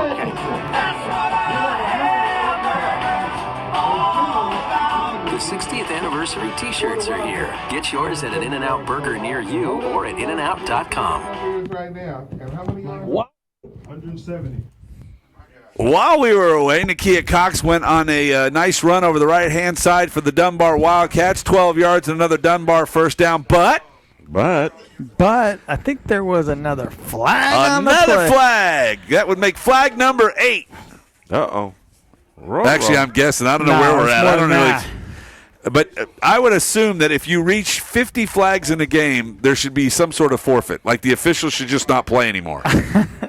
Yeah, right. You should only be able to – they should have a rule. They can only throw their flag, each official, 5 times in a game. And if you use your 5 up, you got to take somebody else's flag.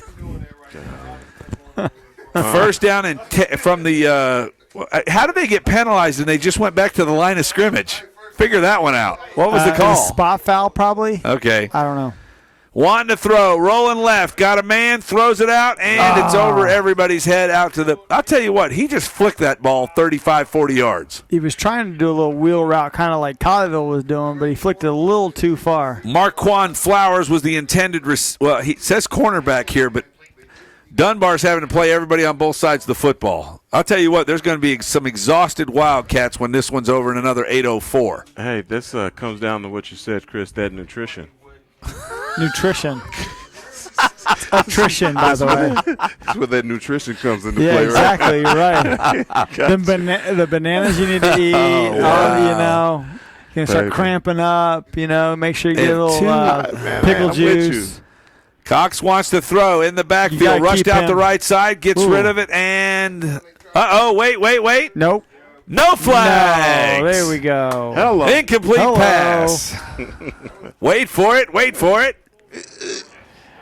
This is unbelievable because I'm looking at Does that make it, what down? I don't even know what down it is. Third? Fourth? It is third down. Third and 10. Ball spotted at the 7-yard line. Got to get all the way out to the 17, almost the 18-yard line.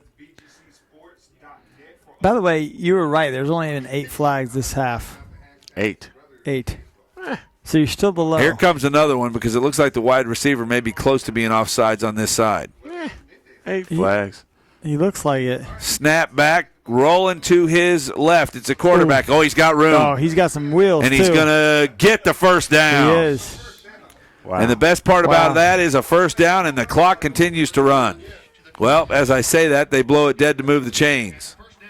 No, that's a good move. This wouldn't be such a bad thing if Dunbar were to take it the length of the field in the next 7 minutes and 35 seconds. Yeah, no. Oh, man, this is 31-15. Panthers lead it. We're at Herman Clark Stadium. Paul Galvin Field. And we'll have to figure out who Junior Athletic Complex, but it's a mouthful. Time to take up 30 seconds. Snap back, coming left. Got room. Speaking 10 of yards. loaf He of puts his bread. head down and runs over the defender. I'll tell you what, Cox. What'd you say? He is an athlete. Was it Cox's nickname? Is he gone? He gone? He gone. No. He gone was Leonte Cooper on the kickoff return. Where's Leonte? I'll tell you what he says. He was the quarterback. When he runs and with now the he's football, running back. they tell him he's Nikia later. Yeah, right. Instead of see you later, Yeah. Nikia later. Was that the one they got kicked out of the game? No, that's Adam Conley got kicked out of the game.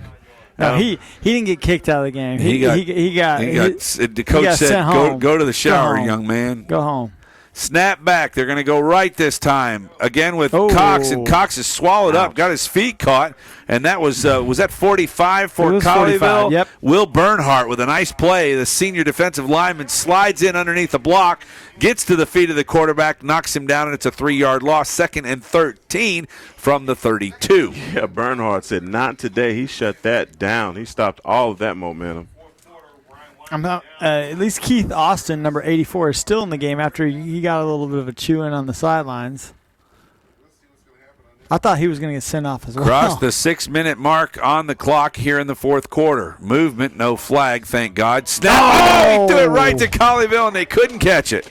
God, what threw number it is right that? to That's 23. Jumped the route, and that was Mosley. No, 23. Oh, it was Emerson Lout that did not come up with Emerson Lout, one of his team captains. You know what, and man, that's one of those plays you see all night. He'll be thinking about that. And they're going to show it tomorrow in the meeting. Oh, man. And he's going to be like, Coach, please, don't roll this back. Oh, come on, Coach. You think they'll cut out all the flags? Otherwise, that meeting might last 4 hours. Oh, gosh. They may be there all day. Hope none of them have to have a job tomorrow. In the shotgun.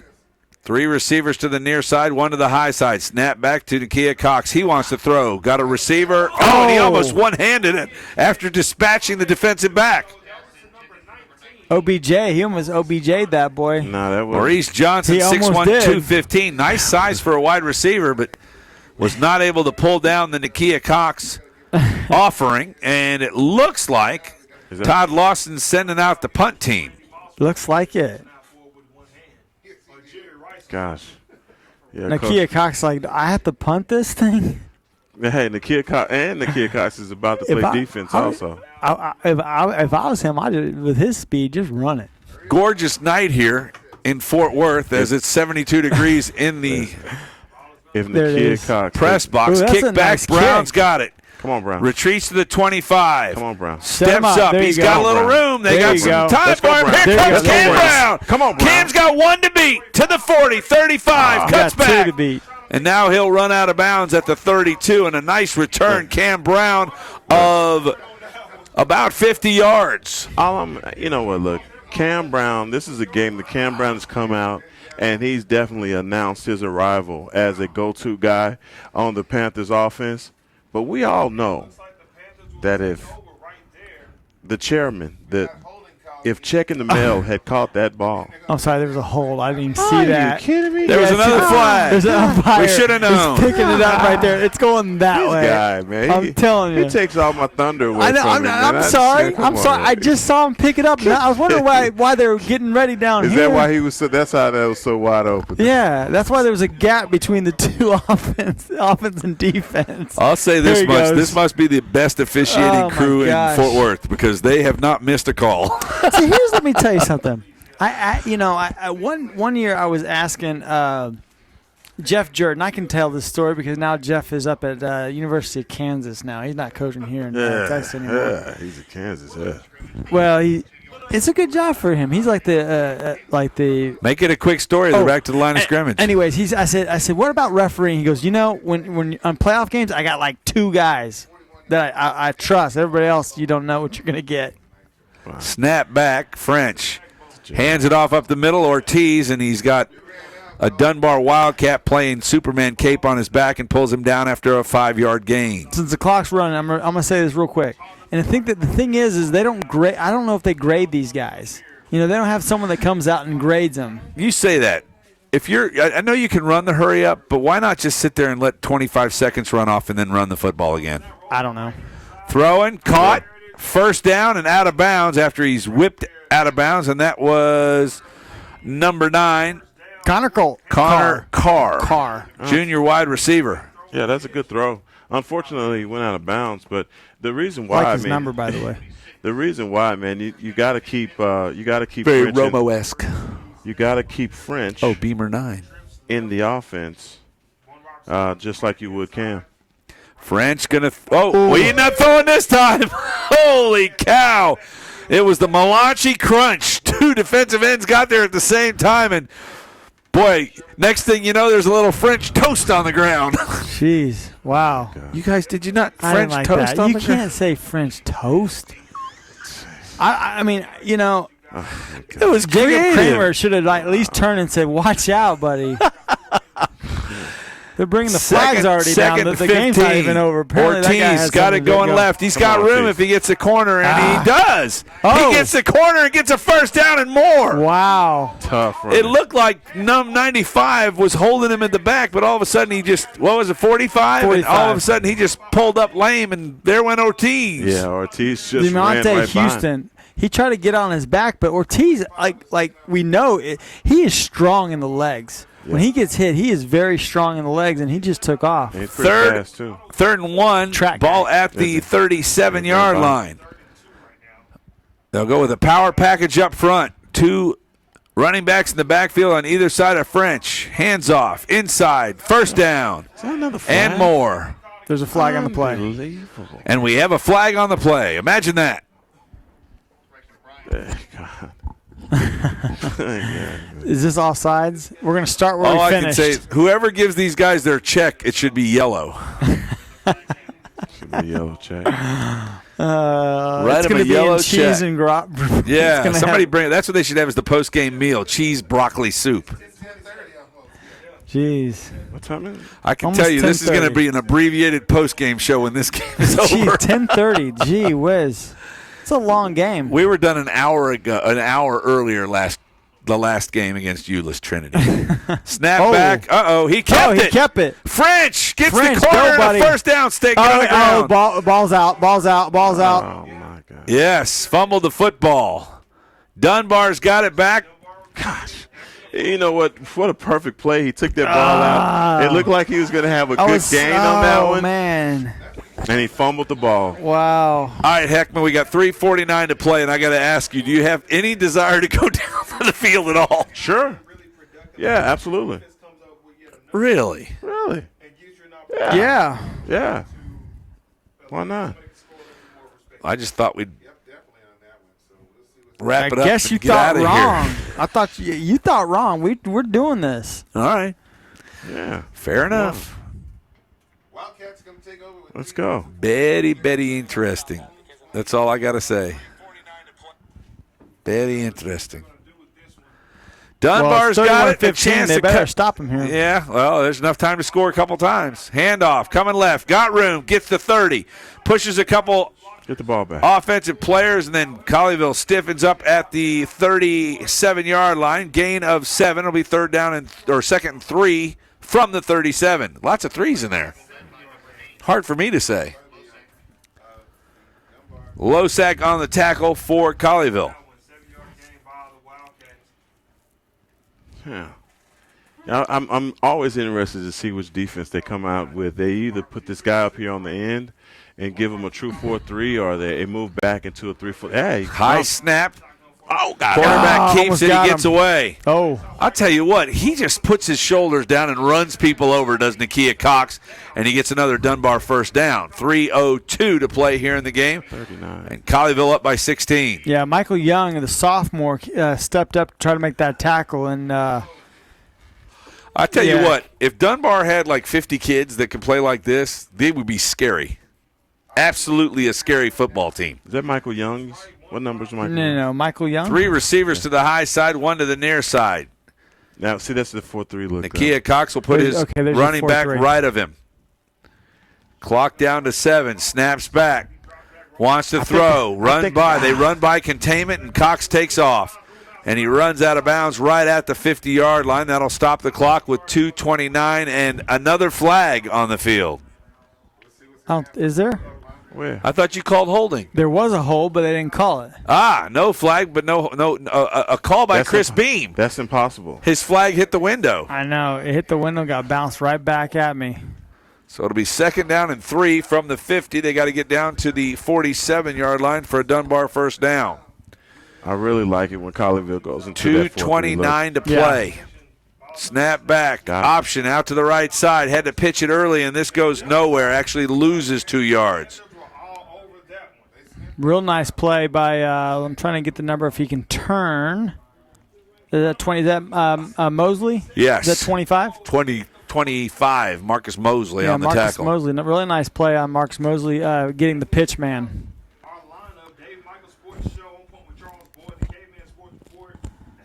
You know how you know it's so late? Because the band just left. The band left? Oh, they did. They're not even here for the end of the game. Well, that's going to abbreviate the post-game celebration. Cox wants to throw. Got a man. Intercept. Almost picked off by Thornton. He looked at he tracked that thing down, Javon Thornton, and I thought he had an interception, and it went right through his arms. Clock stopped. 1:44 to play, and Colleyville still up by 16. This one is not over. I'll tell you what, man. It's 4th down. What did I say? No, I said it is 4th down. Okay. It's 4th down, so this is it. I'll tell you what, about 6 or 7. They got one timeout. This would be it if they don't make this first down. Late person. They got to have 12 on the field now, don't they? 5, 6, 7, 8, 9, 10, 11. They got 11. Delay of game was not called because he got it off. And here's a sack. He throws it and into the ground. And Colleyville's able to stiffen and hold. They'll turn the football over on downs, and I would assume we've got 3 take-a-knees coming up. I'm trying to think. I don't think you can do that quite yet, Doug. We're close, though. What was it, 35-second clock? Yes. Yeah. 3 take-a-knees. Okay, 3 take-a-knees and we're over. You want me to go down and talk to Coach? Let's go. That's what we do, right? That's what we do. Let's go down and talk to Coach here in a minute. We're going to send you down to the game, down to the field. Yeah, no more commercials. We're losing our commercial mic.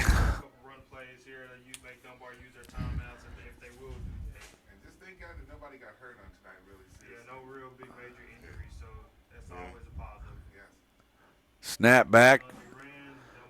Ortiz runs it. He may have gotten a yard.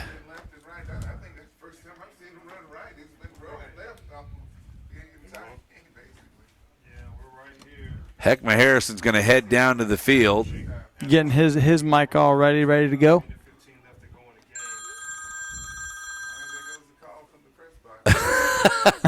Hey, that's a call for another flag. Yeah. He needs one more. He needs one more for that 10. Long distance. Snap back, Colleyville handing off left. Shearhart's going to be tackled, but really it doesn't matter as the clock continues to run. Heckma Harrison will head down to the field, hopefully to get a word with head coach Joe Willis, but I would not be surprised if he does not want to talk again, just like at halftime. Halftime, he's like, let's just be not honest. right now. Sorry, guys. He was Under 40 to play. Game clock's at 24. But you got to be happy with your defense because you're up 17-15 at halftime, and you just shut the Wildcats down in the second half. Well, so. They only gave up one offensive score, and it was right at the end of the half. Colleyville will take the snap, handoff. Shearhart going left, got room, and races forward for 9 yards out to the 40. It's going to be 4th down, and we've got a timeout. Are you kidding me? Nope. Somebody throw a flag on Coach Lawson. That's worthy of a flag. Throw a flag, yeah. 16 seconds. Timeout. Kick He's down him by out of 16. Here. Kick him out here. Does he know what time it is? Apparently he's dialing up the 16-point play. Hey, we saw Texas A&M score 16 points in about 8 seconds in a basketball game. Coach Lawson's going to dial that one up right here.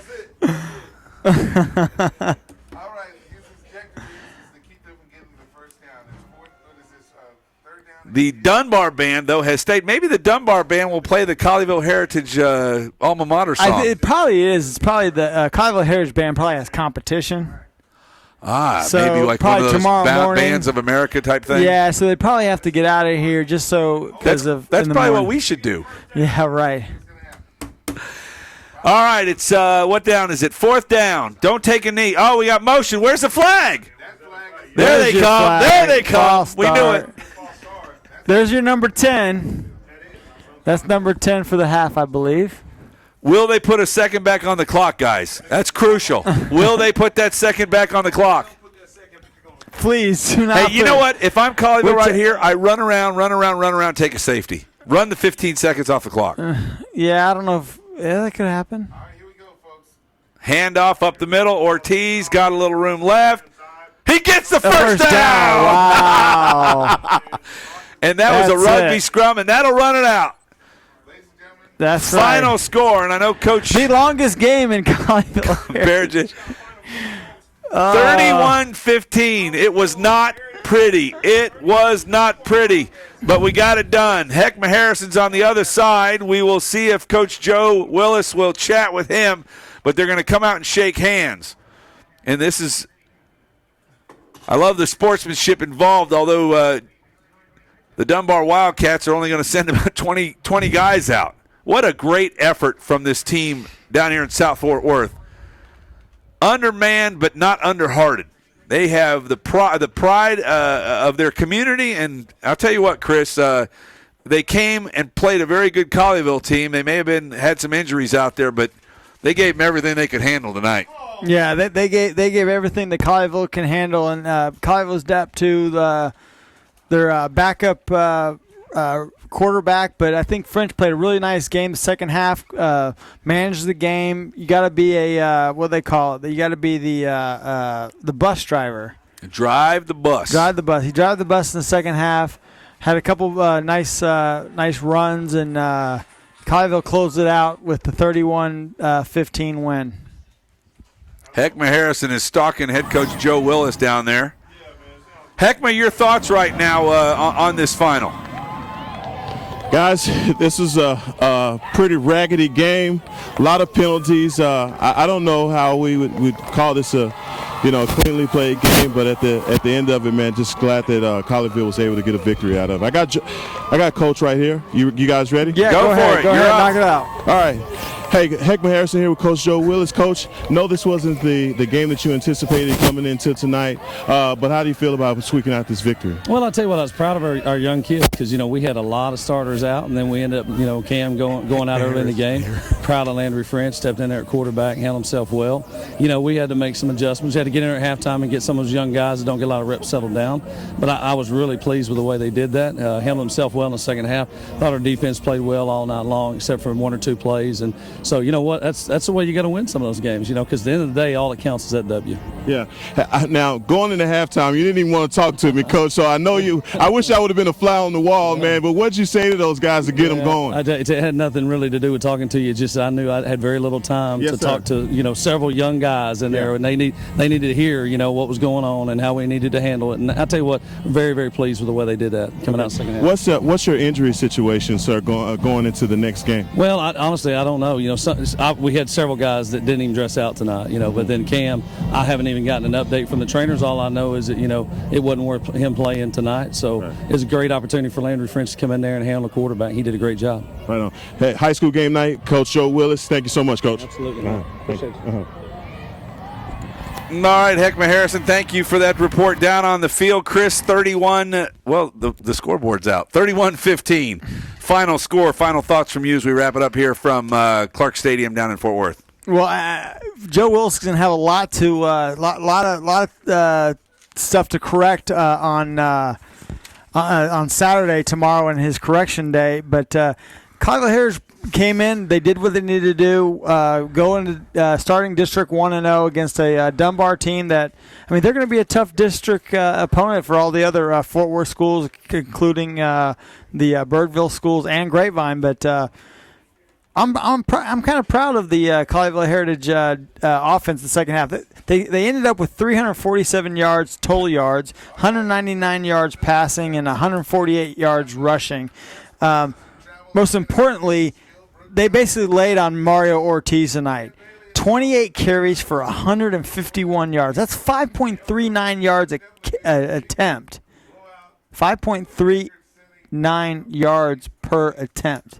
And we still had a 4-hour game. Which is crazy.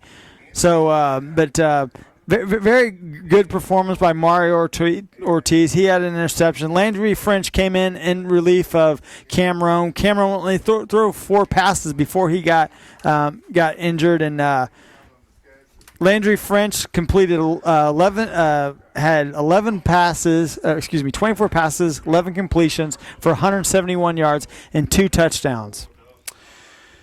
I got nothing else to add to that. This one was an unusual one, but a victory is a victory is a victory, and Colleyville comes out, and as Joe Willis said in our pregame show, after tonight, you want to be 1-0. Everybody wants to be 1-0, and tonight the Colleyville Heritage Panthers sit atop District 8-5A. For everyone who has been a part of this one, Heckman Harrison, both down on the field here in the booth, Chris Beam tweaking everything engineering-wise, doing an outstanding job. I'm Doug Branch. We thank you for joining us here on High School Game Night. Again, next week, we will be back at Mustang Panther Stadium where the... It's homecoming! It's homecoming. That's right, Let's baby. just put it this way. There's going to be lots of moms and lots of mums. That's the way it is. From South Fort Worth. From, where are we again?